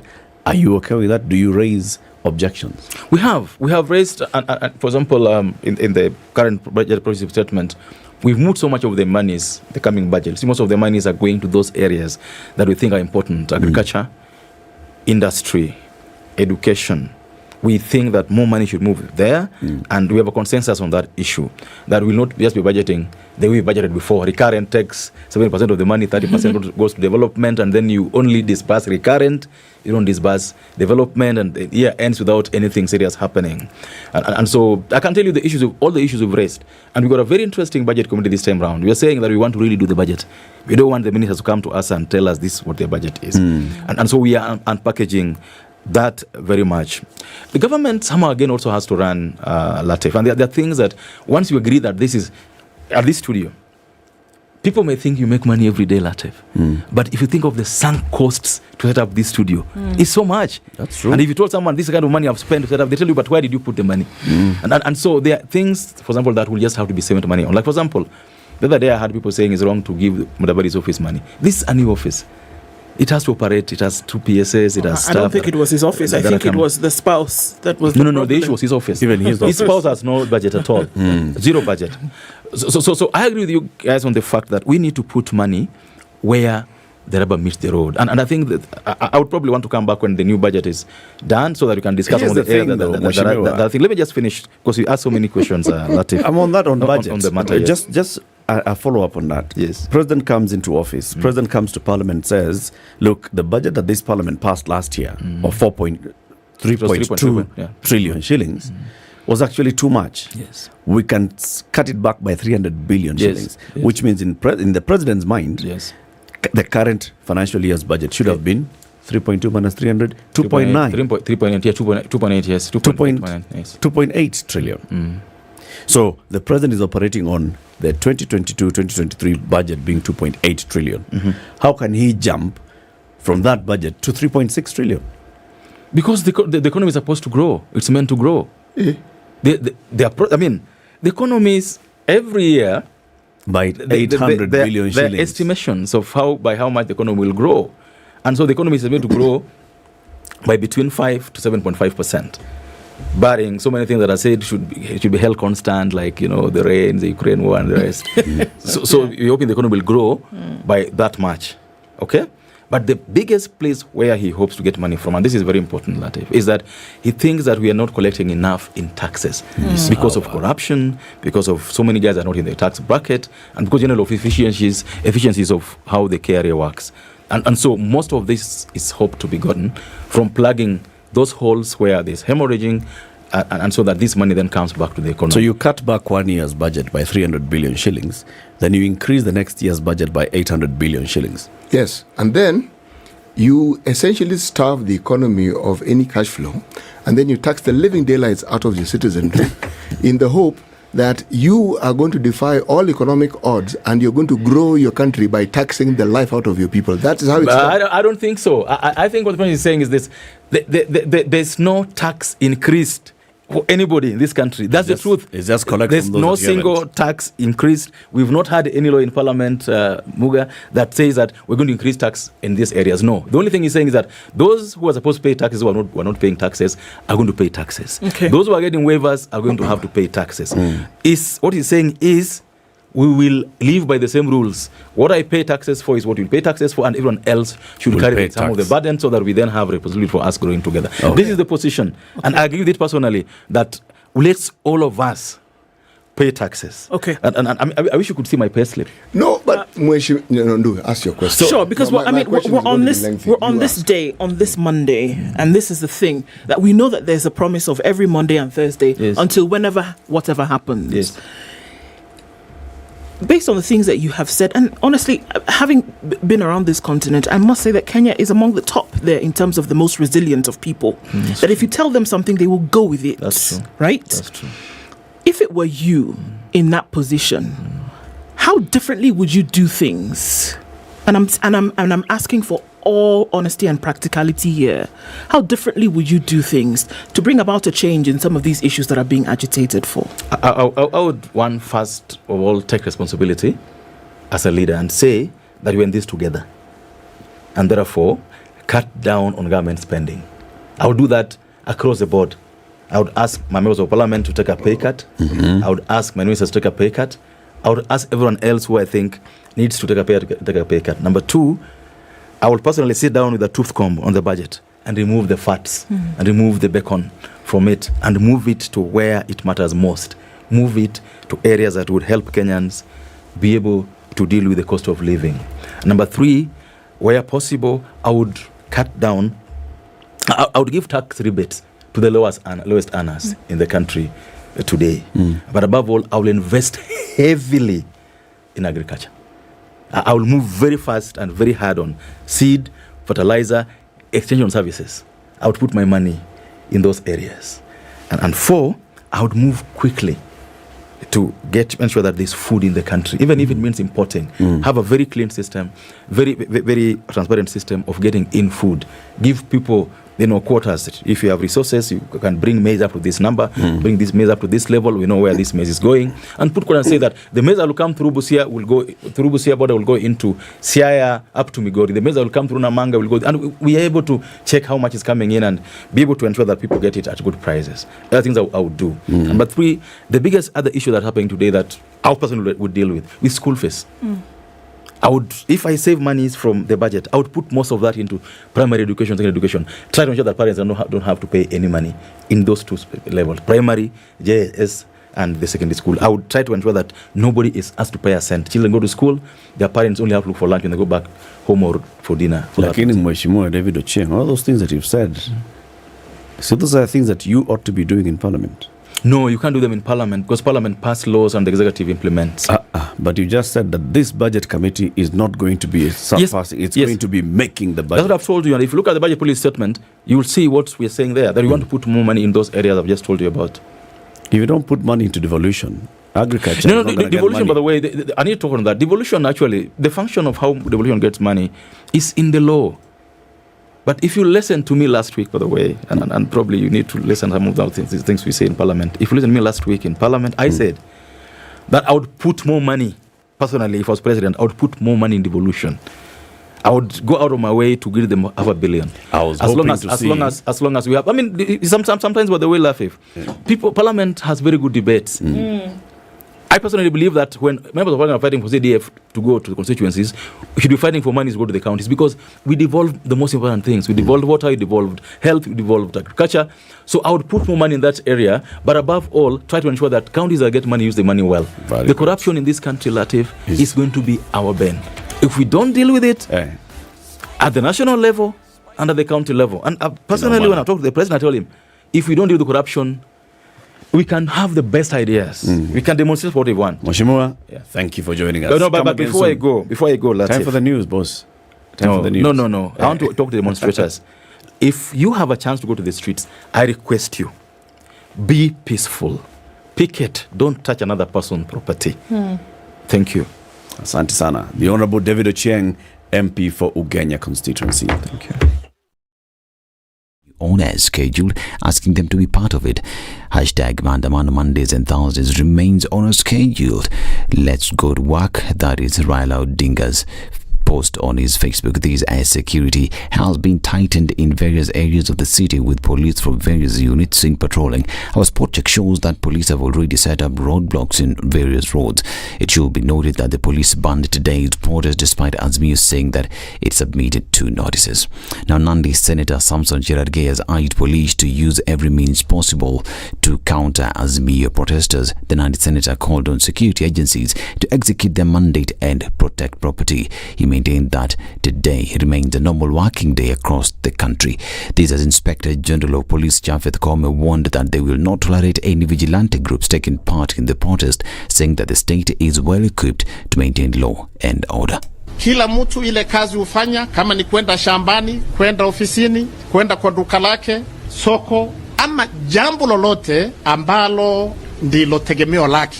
Wakenya wote waende kazi, tuko tayari. Sisi ni kuhakikishia nchi yetu ni tulivu na salama. Every corner of this country is secure and safe. Kuna watu wachache ambao wamejaribu kutisha na labda kusema kwa lugha ya kimombo intimidating fellow Kenyans. This is our country, all of us. Si zote, hii ni nchi yetu. Sisi tuko sawa. Hii ni nchi yetu. Na ningependa kuuliza Wakenya wote wafurahie kuishi, furahia kuwa kwa nchi yako ambaye Mungu alikupa. And Kenya Railways has suspended its operations ahead of today's anti-government protest. The Kenya Railway management attributed the decision to unavoidable circumstances. However, the train operator said that all Madaraka Express link trains between the Nairobi Central Station and the Nairobi terminus will, however, run as scheduled. The move comes before Azimio supporters take to the streets to protest over a number of issues, including the high cost of living and electoral reforms. Now, the Secretary General of the Union of Security Guards, Isaac Andabwa, has said that the Azimio protest will greatly affect their work, asking Kenyans not to participate, instead to get involved in nation-building activities. Speaking in Lugari, he says that the protests are greatly affecting the economy. Kamega na Lugari ikiwa hii ni basket, ndio food production, ndio mambo ya maandamano. Hataki kusikia mambo Lugari. Muende kwa mashamba upande mahindi. Baada ya barabara, wewe si mtu wa Nairobi unafanya mtengo huko. Ukianza Lugari maandamano, utakula nini? Nitakosoa hao wote positively. Si ndio? Hapana mambo mengine. Bahari ambapo waliweka promises kwenu, si ndio? Akiwamo governor, akiwamo deputy governor, akiwamo mheshimiwa Nadina Bwera, akiwamo MCA. Hizo manifesto nimesema nitafanya zo wahakikisha ya kwamba wamedeliver hizo promises kwa watu wapi, ama mtaki hiyo, lakini sio uchokozi, ndio. And the clergy has continued to urge Ednah President William Ruto and Azimio leader Raila Odinga to sit and dialogue on issues of concern. Speaking in Kilgoris, the Bishop of the International Gospel Missionaries Church, Jen Ngethe, expressed regret on the push for demonstrations by Azimio Brigade, saying this will affect the economy. It is my desire as a servant of God that I would wish and call for a dialogue from our President, Daktari Honorable William Ruto, with Right Reverend Raila Amolo Odinga, because through dialogue they will be able to solve whatever problems there are. For dialogue is very important. And US Vice President Kamala Harris is in Ghana at the start of a 3-nation African tour as Washington looks to strengthen diplomatic ties on the continent. The trip to Ghana, Tanzania and Zambia until April 2nd comes after a December summit hosted by President Joe Biden in Washington with US leaders and counterparts from Africa, a continent where China and Russia are enjoying rising influence. Harris said her visit gives her the opportunity to deepen the relationship between the United States and African partners. This is Newswire. I'm Dennis Aseto. Good morning.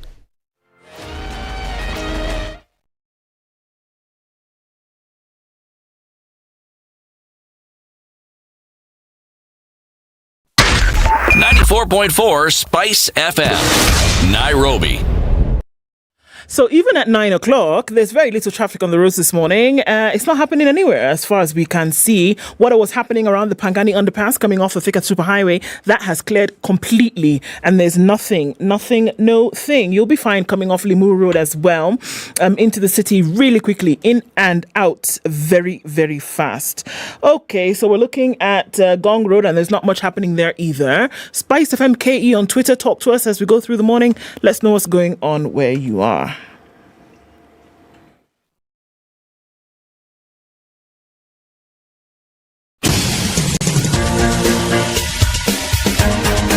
This is The Situation Room, the home of hard-hitting political commentary and penetrating insights about the state of the nation. This is a talk radio experience like no other. The Situation Room, a place for hard truths, debates, and elevated conversations. The Situation Room, witty, political, engaging, deep, controversial. In the room, we have C.T. Muga, researcher, academic, seasoned political observer, a fountain of wisdom in these politically uncertain times. Ndu Oko, Nigerian by birth, Kenyan by choice, communications expert, Pan-Africanist, a truth seeker and believer in people power, and Eric Latif, agent provocateur, the man in the chair, seasoned journalist, news hound, a man who believes in punching up, not down.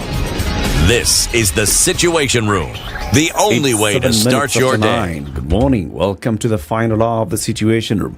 Where are you? As anything started happening on wherever you are? You know, why must we talk about demonstrations as people torching tires on the streets?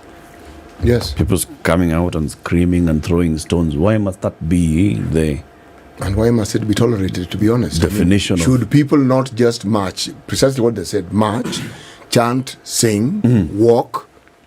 And go back to yes. where they came from later. Why does protest have to involve the burning of tires, breaking of windows, throwing stones at... looting people's private businesses? Why must it be that? Why? It's true. It's a good question, because the truth of the matter is that you've seen demonstrations, whether it's across country. Look, did you remember that there were demonstrations in Tunisia last week? No, did you remember that there were demonstrations in South Africa last week? But they were. But there were. And if there was a point that they were trying to make, they made their point. And we did not hear this. We did not see fire. We did not see shooting. We did not see, beating and looting. We didn't see that. Is it not possible that demonstrations, because you still do demonstrate, you're still putting across a point, and it's reverberating throughout the globe? Malema is still giving press conferences about the demonstrations that they had in Johannesburg last week. Yeah. Still till today giving presses. We need to encourage some level of maturity in our demonstrations, because I think there are very many instances where more people maybe would like to join a demonstration, but they think about the kind of things that's going to happen. They will not. And they feel, I will not even be treated as part of the demonstrators because of my behavior. That's so true, Eric, and I don't think you even realize the depth of truth of that. Because we talk about, for example, in Nairobi, just the conversations where they're looking at very relevant spaces, social media, whereby the middle class has been accused many times of saying, you're not even involved in this. You sit and you're a Twitter warrior or you're a keyboard warrior, but the chances of you being seen on the street are very minimal, right? And then I heard a lady say to me, she said, you know what? Some of the things that they're talking about, I would actually like to march on Kenyatta Avenue and march from point A to point B and let my voice be heard. But for the life of me, because of what I see, I am not going to go and be clobbered, number one. I'm not going to go and be stuck in any kind of melee. But I want my voice to be heard. How do you deal with two ends of a spectrum like that? Whereby on one hand, you're being accused of not being participatory in terms of things like this. But then you fear literally for your life in terms of what could happen, because you will not be allowed to picket or to lobby in a sane manner. And I think it ought to be looked at, really. It really ought to be looked at. So much so that when anybody hears protests or picketing or lobbying, being in the security personnel of the government, your first reaction is one of control or violence.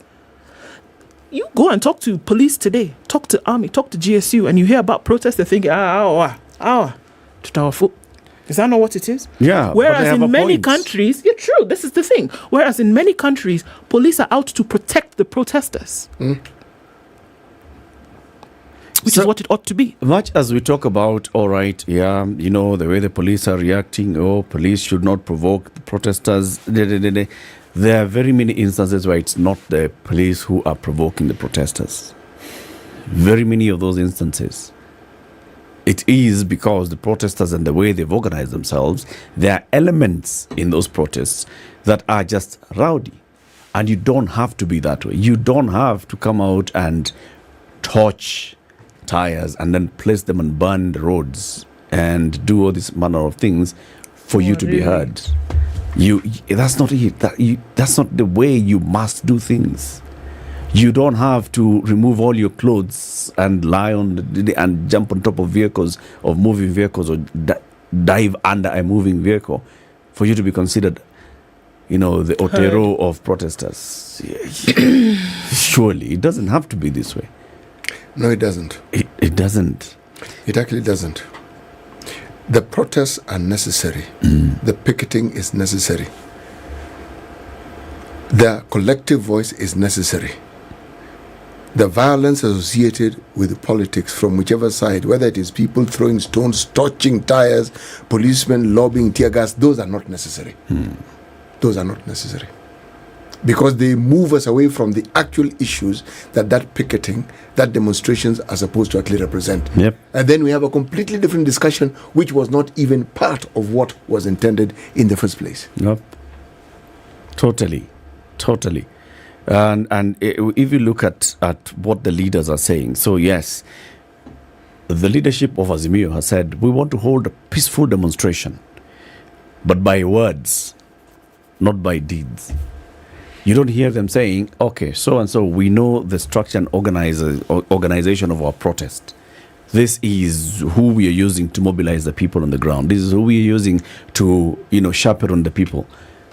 If we see an incident where people have actually just jumped over, like we saw, people have crossed over and jumped over and torched the UDA offices, that's not because police were provoking them. No. Those who torched those things were not provoked by any police officers. They were actually by themselves throwing stones, and then they jumped over a fence. Now, what did we hear from Azimio? Did Azimio actually come on and say, okay, hold on, condemn? Those people who did it, who are they? Let's talk to them. Let's even call them. People, as your Baba, this is it. This is not how we do our demonstrations. If we had all those things, and then Koome was coming to say, Mutaniona, we now all together tell Koome, hey, Koome, this is not the language. Because we must also tell Koome, that's not the language you use. If you're talking about people are going to demonstrate, you can't start saying that, you're going to ban demonstrations, you're going to threaten me and my people. There's a way you behave, there's a way you speak, and there's a way you even send your officers. The photos, the images that we are seeing on the streets today are police officers wearing helmets. No, riot gear. Proper riot gear. Yes. From top to bottom. Forget helmets, shields. It is not riots that are being called for today. It's protests. My route to this place passes near the State House. Once again this morning, it is my Uber driver who reminded me, we cannot pass through there because they blocked it from yesterday night. I said, I had forgotten. Yeah, but we passed nearby to observe, to see. They were a little more relaxed today. Yeah. Last week, they were not relaxed at all. Today, they were more relaxed. They were even willing to chit-chat a little bit. They were? Yes. They were going to have a conversation? Yes. All right. The IG has threatened that the demos will not go on. That is already another message. So people who come out... You see, it's like asking to be defied. See, now when you do that... Anybody who comes out, I'm going to arrest you. Okay, arrest me then. All right. Now, you see, that language is confrontational, and it produces the very, very thing that we say we're trying to achieve. We've now negated it completely. It sets the scene for what we expect to see. Yes. Philip Kisia is a governance expert. He's our guest this morning at this final hour of the conversation. Good morning, Philip. Good morning, Eric. How are you? Very well, thanks. How is the new year? How is it old? Happy New Year. No, Happy New Year, but I haven't seen you this year. No, as long as we haven't met, even if we meet in November. Yeah, it's Happy a new year. It's Happy New Year. How are you doing? I'm good, man. And yourself? Very well. You've not been tear gassed? No, I haven't gone out there yet. We were just talking about it. Those who would like to join the demonstration, but they fear they fear first of all, being clobbered by your fellow demonstrators. Like Kundu will not be going out there. Fellow demonstrators will be looking at her and, you don't look like one of us. So first of all, we make you look like one of us. So all those things come into play. Philip, to welcome you to the conversation that we want to have, City has the proverb. This week's proverb are from, what is that final language that you gave us? The final language that I gave you is one that you may not particularly be familiar with, but it's called Luba Lulua. Luba Lulua. Yes. And the country is called what in Luba Luluaish? Yes, the DRC, otherwise known in French as République Démocratique du Congo, in Luba Lulua is known as Ditunga Dia Congo wa Mungalaata. That's what it's known as. But now, in Lingala, let me just, a language that all of you are familiar with, République Congo Démocratique. République Congo Démocratique. Bas, now see, a man who understands the language has spoken it as it should be. A man who understands the music. The proverb then? The proverb is being well dressed does not prevent one from being poor. Being well dressed does not prevent one from being poor. What's your interpretation of that, Philip? Yeah. Well, it's interesting. I've just seen something on Twitter among those lines, but I wouldn't want to repeat. The student leader who said this morning, I think it's just about, he said, since it's out there in the social media, he says that if you're suffering from diarrhea, you can't stop it by stitching your mind. Well, it's graphic, isn't it? It is. It's very graphic. Aye. Yeah. Okay, Philip, 7 months on, and the Kenya Kwanza administration is now facing sustained demonstrations. There are several things. One, there's a political side of things. Open servers, Cherera 4, stop recruiting the new Chabukati, you are not legitimately in office, so go home. Then there's the other side, bring down the cost of living, reintroduce subsidies, and all those other things. Do you think it's too early to demand these things of Kenya Kwanza? Do you think it's too late? Do you think Kenya Kwanza is actually addressing these matters? Eric, you can't say it's too early, neither can you say it is too late. People are elected into office based on the manifesto you roll out. The manifesto is basically a promise you are making to people. There are certain promises that were made by the current administration, and which, among others, included lowering the cost of food, basic, food items. In our case, we talk about unga. Lowering the cost of fuel. And they gave themselves a timeline. They said, in fact, maybe people should have demanded for this one a bit earlier. They said, by the time the Holy Bible comes down, these things will come down. So, Kenyans are not wrong to agitate for, reduction of the cost of living. It is their right. And a promise was made. So in that context, I think Kenyans are within their right to say, okay, you made a promise, deliver. But realistically speaking, you can't lower the cost of food in that fashion, or lowering the cost of anything, particularly when those costs, there is some, the costs which are not within your control. For example, oil. Oil, the price of oil are, dependent on other players in the international market. So if you make a promise of lowering that cost by such a huge percent, I think you are to blame. You're setting yourself up. You set up yourself and you can't blame anybody. So it was not realistic. But the question is, what can we do about it? So this needs a lot of engagement. He needs, the administration needs to re-engage with the Kenyan people. Agree on new timelines, because you made a promise, you failed to deliver. Get back to the drawing board and agree with the people you had promised other new timelines.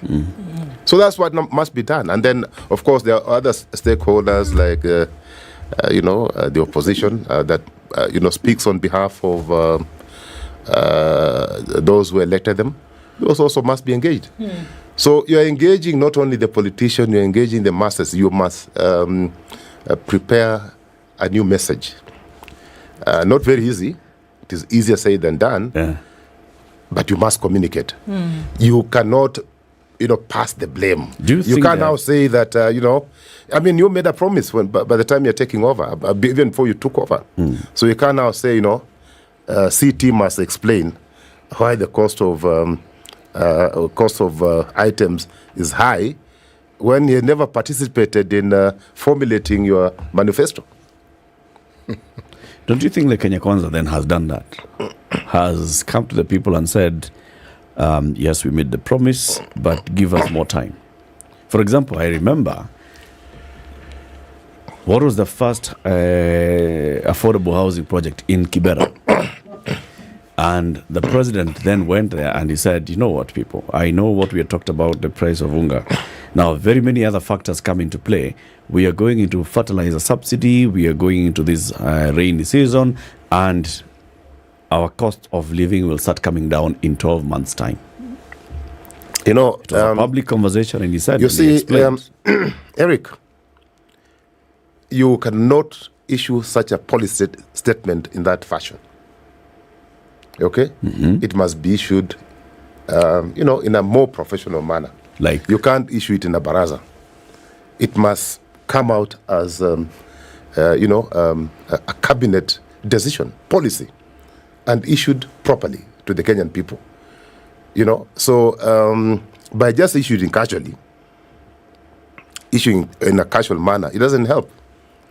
Okay? Prepare a proper policy statement, issue it in a manner that even those of us who are agitated will be convinced that you are serious. Because if you just issue it in a casual manner, what makes us believe that you not change the timelines again, that we'll get another 12 months and again fail to deliver? So the point is that those costs of food items or commodities can be lowered through a subsidy.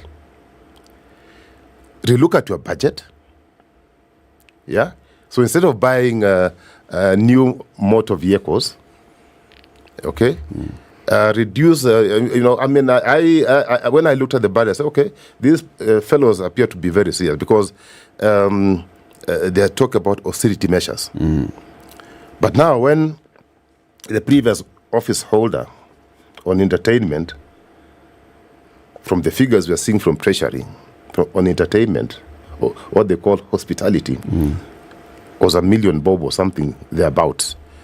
And we are told the previous administration were generous when it came to hospitality. The items they consumed were more expensive. But now these guys who are consuming only tea and mandazi, and the budget goes up by 500%, I think there's something wrong. There's something really wrong. So relook at the budget, provide subsidy, because that is something that can be done immediately. It doesn't have to wait for tomorrow. But their argument and their reasoned argument is that, yes, we are providing subsidy, but not for consumption. We provide subsidy that then looks at the future. And here's what I'm saying. This government should give me this job of government spokesman. The cabinet sat and discussed the issue of cost of living. And that is why I remember the communique from cabinet, which talked about we have authorized the importation of GMO maize. We are going to open an importation window for maize and other food items to come into the country to address the immediate challenges we have with the costs of living and availability of food. Then they also authorized and approved the expenditure of money to import fertilizer for subsidy to go to the farmers immediately. So that was, if you're talking about policy, then there it is. It came out as communication from cabinet that this is the decision that we are taking and this is where we are heading. The president addressed parliament and he said, we are not going to use subsidies at this point of consumption. We are dedicating our subsidies to the point of, he addressed parliament. It's on record. Eric. Yes. You are not a farmer. I am not. You, on the other hand, a farmer. Not a farmer. You know, this farmer is big time. Eh? You see, hii mambo ya kupanda mboga hapo nyuma. It's not farmer, according to Philip. You see, by the time you're producing any commodities, you know, of course, fertilizer is a serious component when it comes to the final cost of the product. Yeah. But it's not the only cost. That's number one. Number two, by the time you plant anything, even with a subsidized component, which is in this case is a fertilizer, the best you can get in any region in the Republic of Kenya is 2 cycles. So maize, by the time you plant and harvest, it's about 6 months. Okay? In fact, in other areas like where we produce a lot of maize, in Bungoma, Trans Nzoia, and and the rest, it's actually 1 crop per year. Yes. Is the stomach going to wait for 1 year? Even that fertilizer. So we're talking about measures that you can take immediately to cushion people. Fertilizer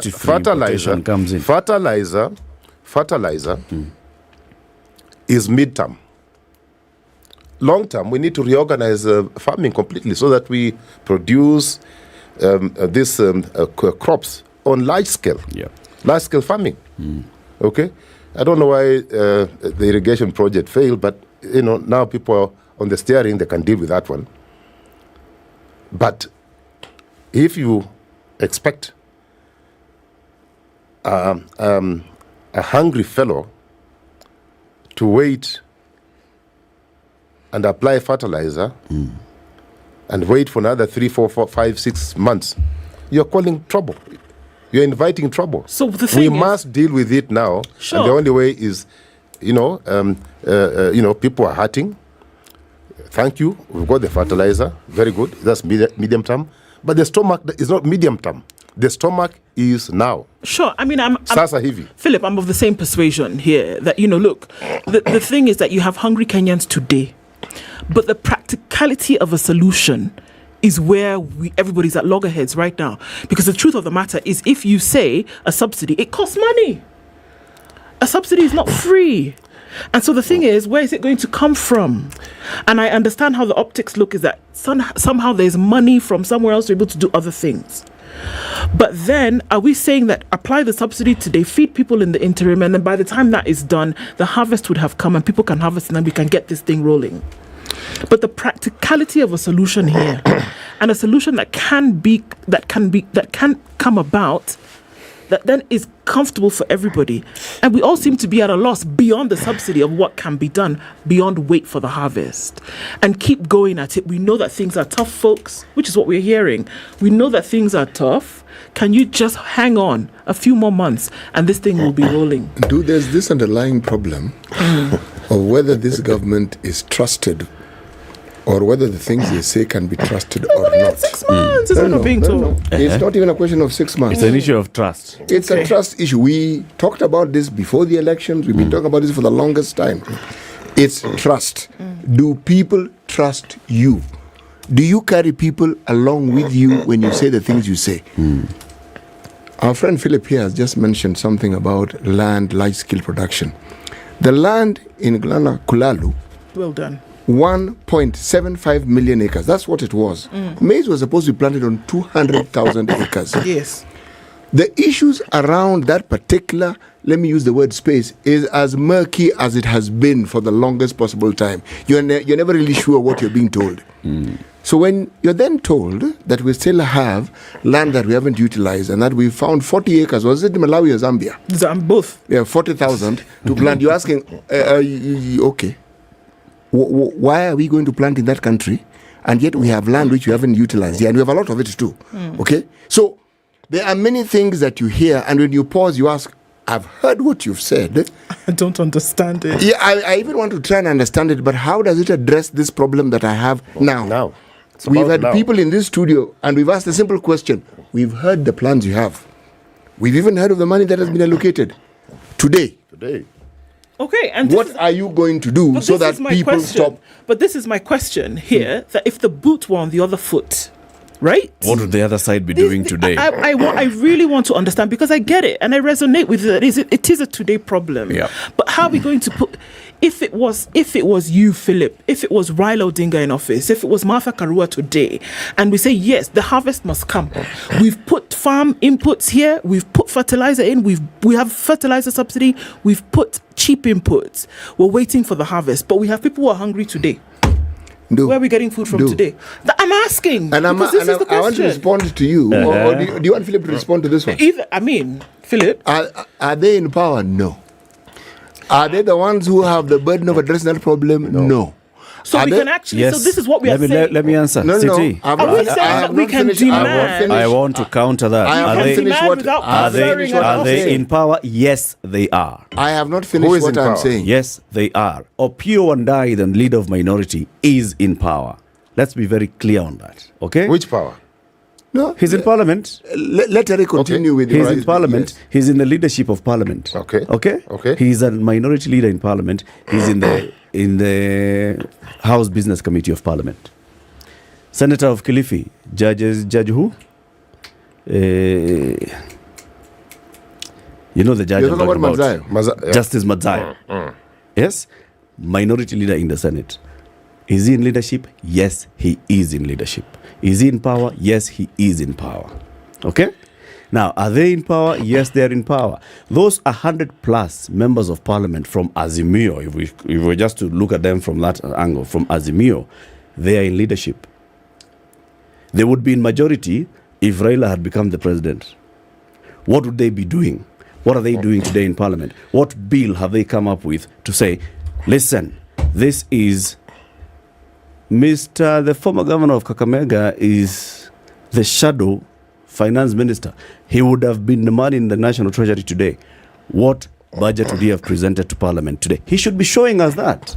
All right. Wycliffe Oparanya should be telling us Can I finish when we are out in the streets demanding that the price of unga comes down. This is what we mean. Okay. We want X billion shillings to go towards buying maize and giving it to millers, and then that maize is given free of charge to people. Can I finish saying what I'd started saying? Yeah. Start saying it. Let me just say, they are not in power. That is where I started off, and Eric has responded by saying they are in power. Okay? When I say they are not in power, I mean this. When you are a president, not of another country, of this country, and you're the one who has that position, that power you have is unique in that you can more or less do exactly what you want. 2010 constitution or not, reality is you can more or less. And if you can't, and there's a little inconvenience of the law, you change the law. If you have a majority in parliament, you will do exactly what you want. Now that is power.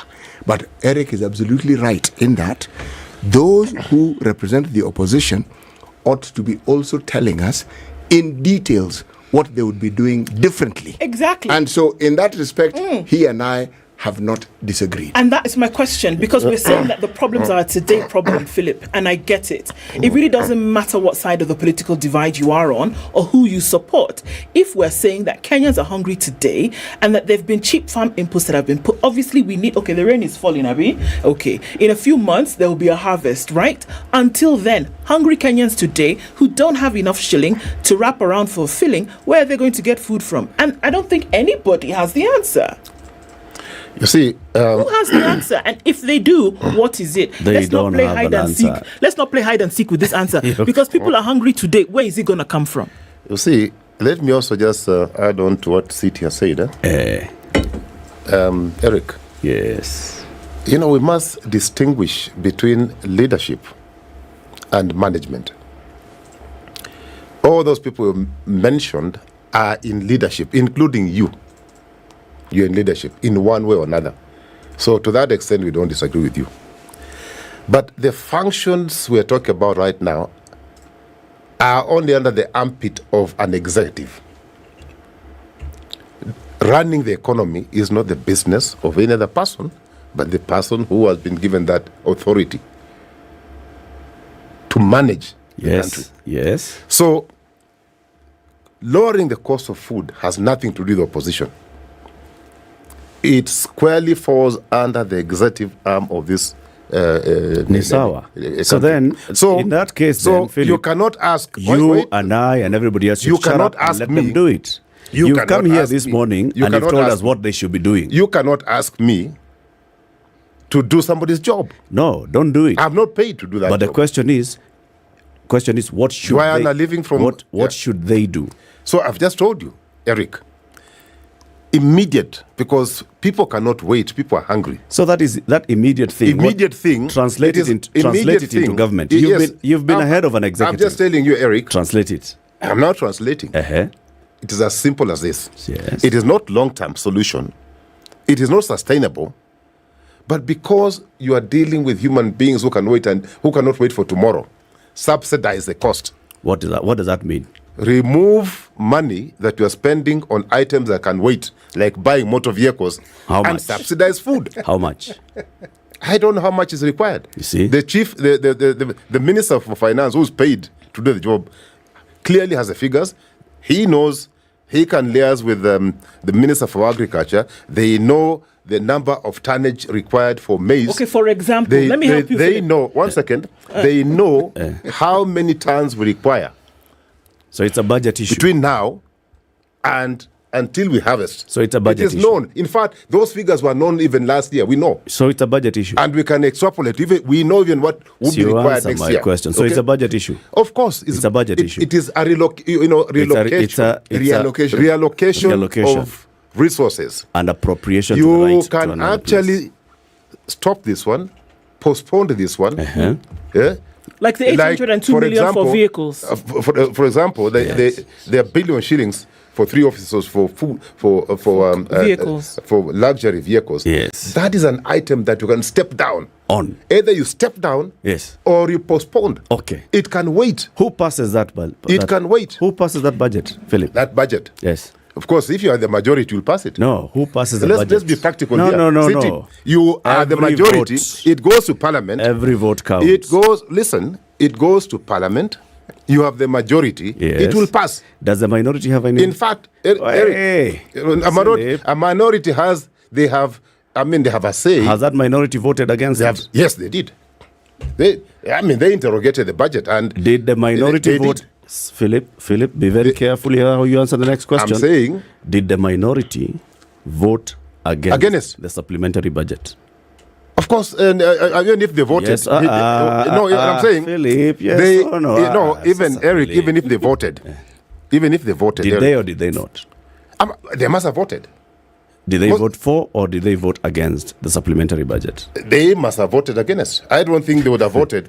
I don't think they voted did not to support vote against the supplementary budget. The supplementary budget. The question is insisted on that way. It's a trick question, and we already know that. We're not asking your opinion. We already know the answer to that question. He knows the answer to the question. 20 minutes to 10. Let's take a break.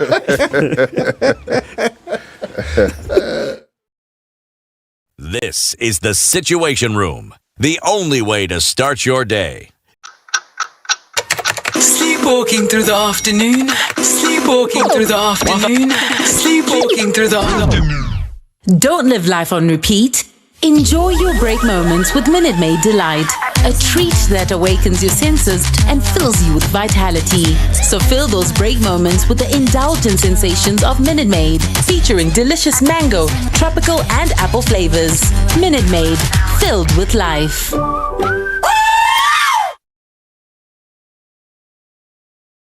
Express. Empty streets in Nairobi this morning. We're not looking at much in terms of traffic here and there. Getting into the CBD will not be difficult. I know there's a number of roadblocks. If you're coming in from Kitengela, also if you're coming in from Kangemi, there's a little bit of action that has happened here and there, but nothing too mind-blowing at the moment. If you're coming off Ngong Road, you're fine. Same thing as the Thika Superhighway, and Mombasa Road also not posing too much of an issue as traffic is concerned. Likely to change through the morning. We'll keep an eye on things and text us through the morning, rather tweet us on SpiceFM KE.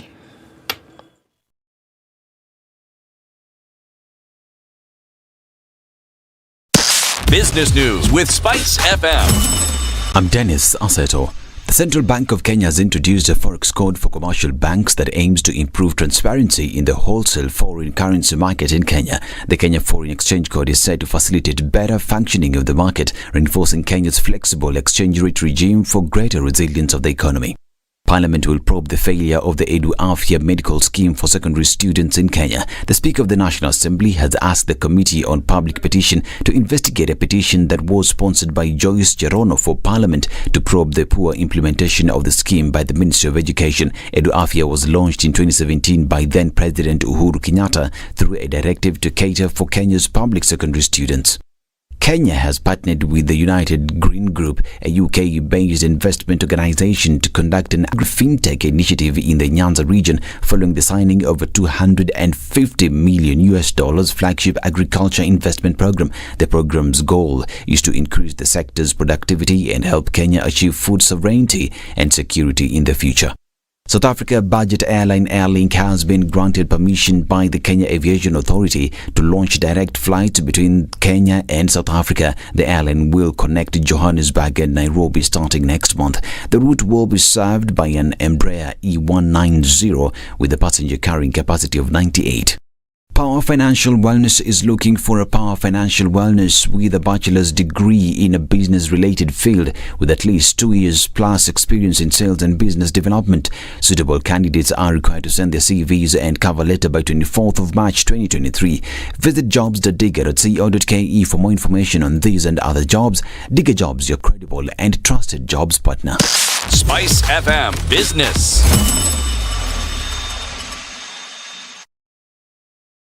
Mature, intelligent talk every morning. Spice up yourself.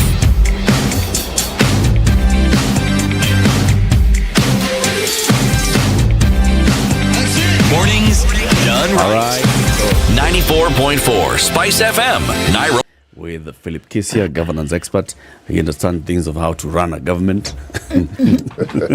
So he's telling us what the government should be doing and what it's not doing. Yeah. Okay. So, I mean, here we are and looking at this. One thing that they've been... I'm going back to this point because I think it's important to look at weighing both sides, right, Philip? The government has asked for time. That 6 months is really not enough. Of course, one would argue that one of the members of the former presidency, would have understood what it meant to run government, right? So making such promises then maybe was a little bit irresponsible because you know what it means to run government.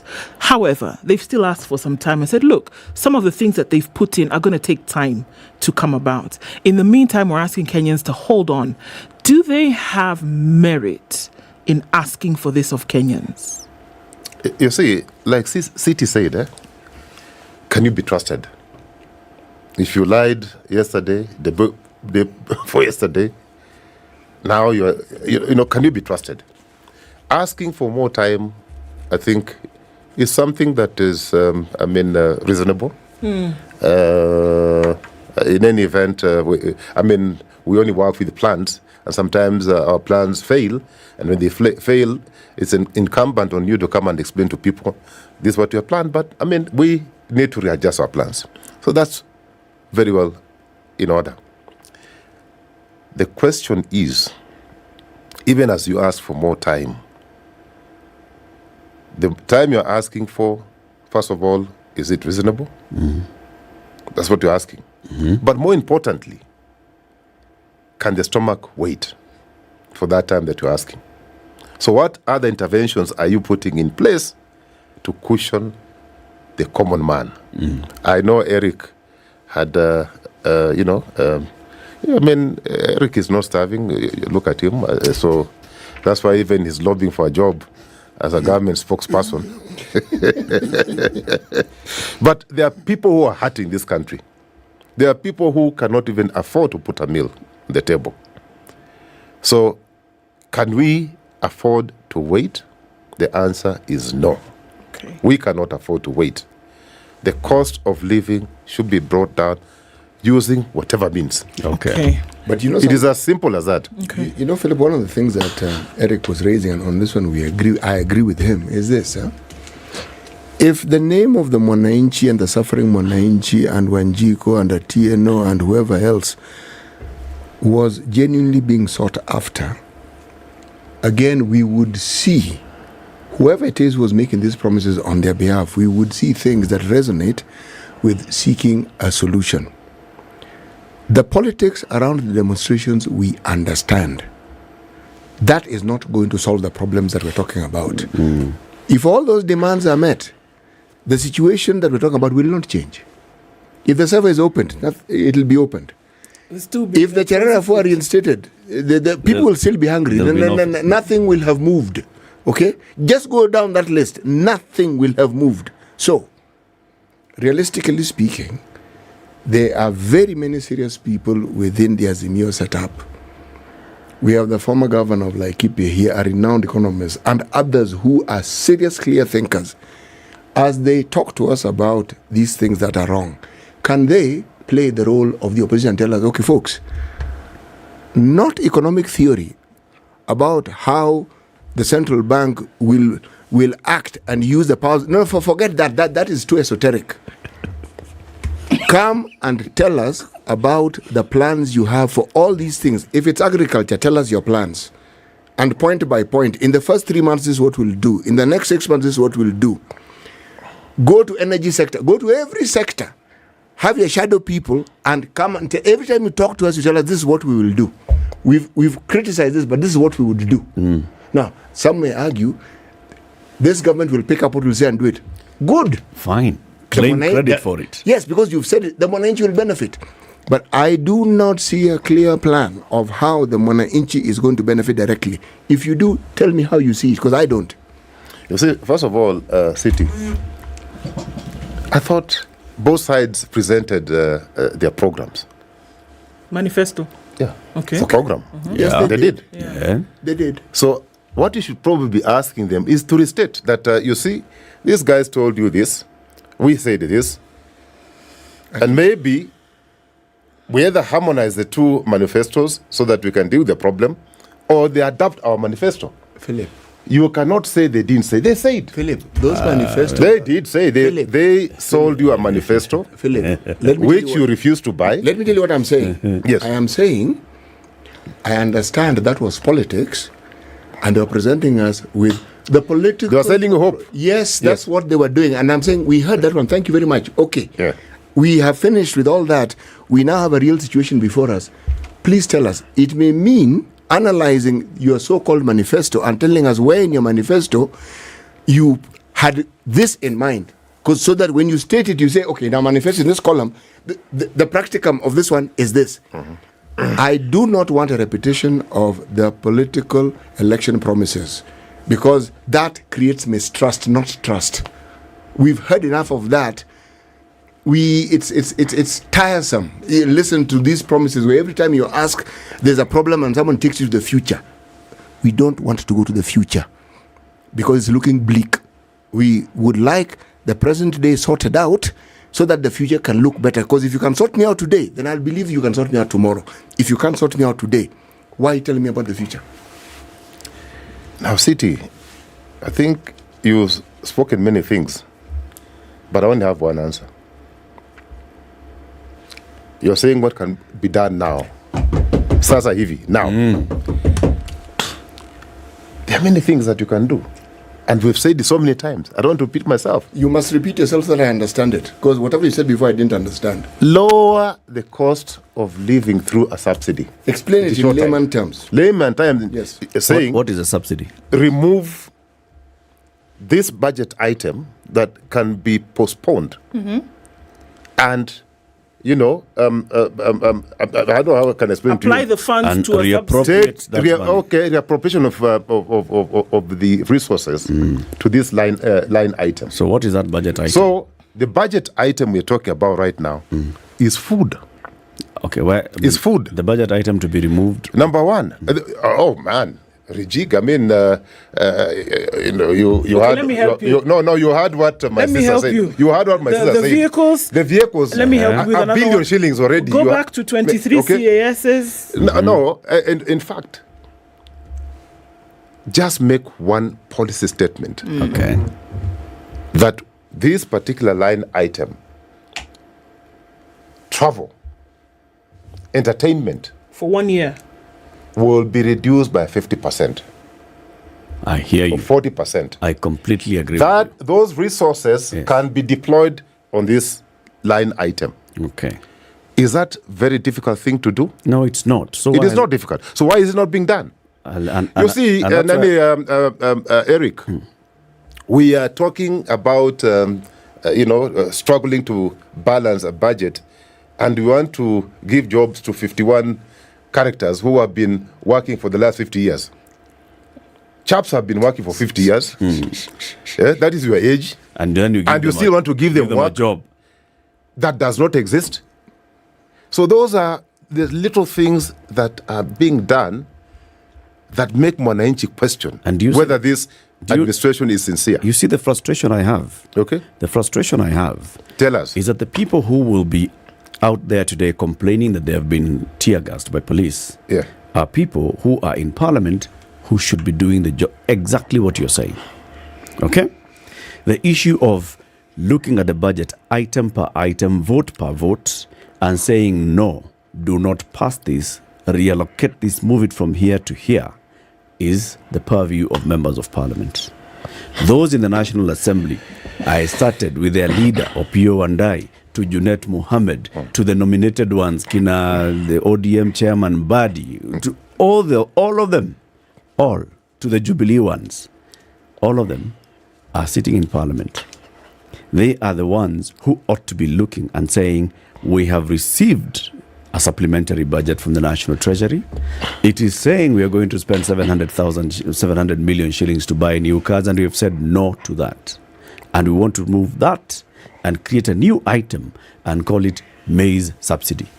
And this is the impact that maize subsidy is going to have. That maize subsidy is going to run and feed Kenyans, 2 million Kenyans for 10 days. Break it down. We don't hear that. Do we hear that? No, You've we don't. spoken well, That is Eric. not about manifesto. That is about practical governance today. Eric, you've spoken so well. But the budgeting process does not start with parliament. It starts with the executive. That's true. So until this executive we are assuming- until Treasury, we are saying- until Treasury comes up with a revised budget. And in fact, I think even the law allows them to reallocate, to appropriate, and ask for post approval. Yes. Okay. So there are certain things they can do. They don't even have to wait for the budget committee. They can do now, and because take it to since they have failed, and take it to Parliament. My point for is, approval. My point is, Philip, and I agree with you. Since those who are holding the reins of the executive have failed to see logic, clear common sense, as broad as daylight, and they have failed to see it, those who are seeing it and they are calling us to the streets ought to have done it. That supplementary budget, when it was brought to them in Parliament, I expected to have heard the noises coming from those leaders, the Embakasi North MP, Babu, all of them. I expected to have heard one single message: supplementary budget imekuja, watu wanataka kukula pesa kununua magari. We are saying no to kununua magari. We are saying yes to kununua unga, and so we are going to push for the reallocation and reappropriation of this 700 billion shillings plus another 200 billion shillings plus another total X amount, even paying of pending bills of 60 billion shillings. We don't know who's going to be paid. We remove it, we give it to people to eat unga. I expected to hear that. And that's what Ndu has been asking. What is the alternative? If they don't give us a clear roadmap to an alternative, then them, plus that other bunch that is in the executive, same was up, they ought to be driven to the ocean like the pigs. Do you remember the problem that Malawi has been having? Was it a cyclone or was it a typhoon? Cyclone Freddy. This one was called Freddy. This one was called Freddy. Yeah. Now, there are countries that have these things more than others. Japan has earthquakes. They've been smart enough to even build buildings, put up building structures that can withstand earthquakes. The earthquake shakes it, the building shakes with it, and it stays intact. The US has had more than you can count the number of typhoons or cyclones they've had. Why am I mentioning these things? At such times when it's considered a national disaster, the parties that oppose each other come together. That is a show, an indication that they have the interest of the public people at heart. Yes. This hunger we speak of is a typhoon. It's a cyclone. These issues we keep talking about, rising costs, it has the same devastating effect on everybody as those natural disasters. Now, do you see our political leaders coming together? The answer is no. No. Parliament, who ought to have been sober, do you see them coming in and saying, guys, this one, the one ain't have a problem, let's come together? Zero. Do you see religious leaders coming together? No. There's a nice, decent divide there. There are those who believe they're on this side, there are those. So now, leadership that is in our face and that we look up to, if they don't have commonality in this so-called common problem of the Mwananchi, who is going to represent the Mwananchi here? The Mwananchi is on his own. Ajipange. Wow. Yeah, because city, you said opposition have no interest of Mwananchi. Those in the political leadership have no interest. I don't see. So Mwananchi is just in between. Philip, I may be mistaken. So what do you expect them to do? Or misguided. Do you see any of these large groupings that we like talking of taking the side of the Mwananchi and addressing this huge disaster that we have? Do you see it? You see, to be honest, if we are because we're all Kenyans, I can tell you from where I sit, neither the opposition or those in political leadership currently are really concerned about Mwananchi. They are more concerned about themselves. Even those things you hear about importing maize to cushion Mwananchi. Although, Eric, just remember that the dollars are sitting at 140. So if you're importing, you're not importing cheap. You're not paying in cash shillings, you're paying in dollars. So by the time it's landing here, so again, it has to be subsidized, even if you import. Correct? So, City, I really I would want to agree with you on that particular argument. That either both sides sit down and put Mwananchi's interest before themselves, or Mwananchi on their own, and whatever action they take, then nobody should actually blame them. Or we do what Erica said: put them in a truck, both sides, and push them into Indian Ocean. Wow. We start afresh. Everything that is done in the name of the Mwananchi and the Mwananchi sees no benefit. You really don't have much of a choice but to determine that the Mwananchi's interest is actually not being taken care of. Neither is it really at the center of the discussion. I can tell nobody cares. Who cares about Mwananchi? But they've been telling you who genuinely cares about Mwananchi from both sides. Who? They are doing it for their own interests. Oh my God. And in fact, the moment Mwananchi realizes that these fellows don't care about them, I think. But they've told you. They've always told you how you feel. It's just that we don't get the problem is that we don't believe it. Who has told us? The people have, the leaders have told you, the politicians have told you that they don't care. They've used many media to tell you that they don't care. But we just don't believe them. But I have been saying here, they're telling you by the things they do how they truly feel about it. Who has been saying this believe for the last 3 years, actually? No, actually, I agree with you. Believe them. They actually don't care. And they tell us every single day. Yeah, absolutely. That we don't care. And we choose to ignore. Yes. Or we live in so hope. Instead of, and when you have an opportunity to teach that fellow a few lessons, you accept again short-term rewards in terms of handouts, and you put them back. So you're to blame. Yeah. Philip, thank you very much for joining us today. Hey, 4 months before you come here. No, you should come again within the next 1 month. So long as there's no mandamano, you know. Philip Kisia, governance expert, has been our guest this morning. Thank you for tuning in to Kenya's biggest conversation. If you're in Nairobi or wherever in urban areas, please be peaceful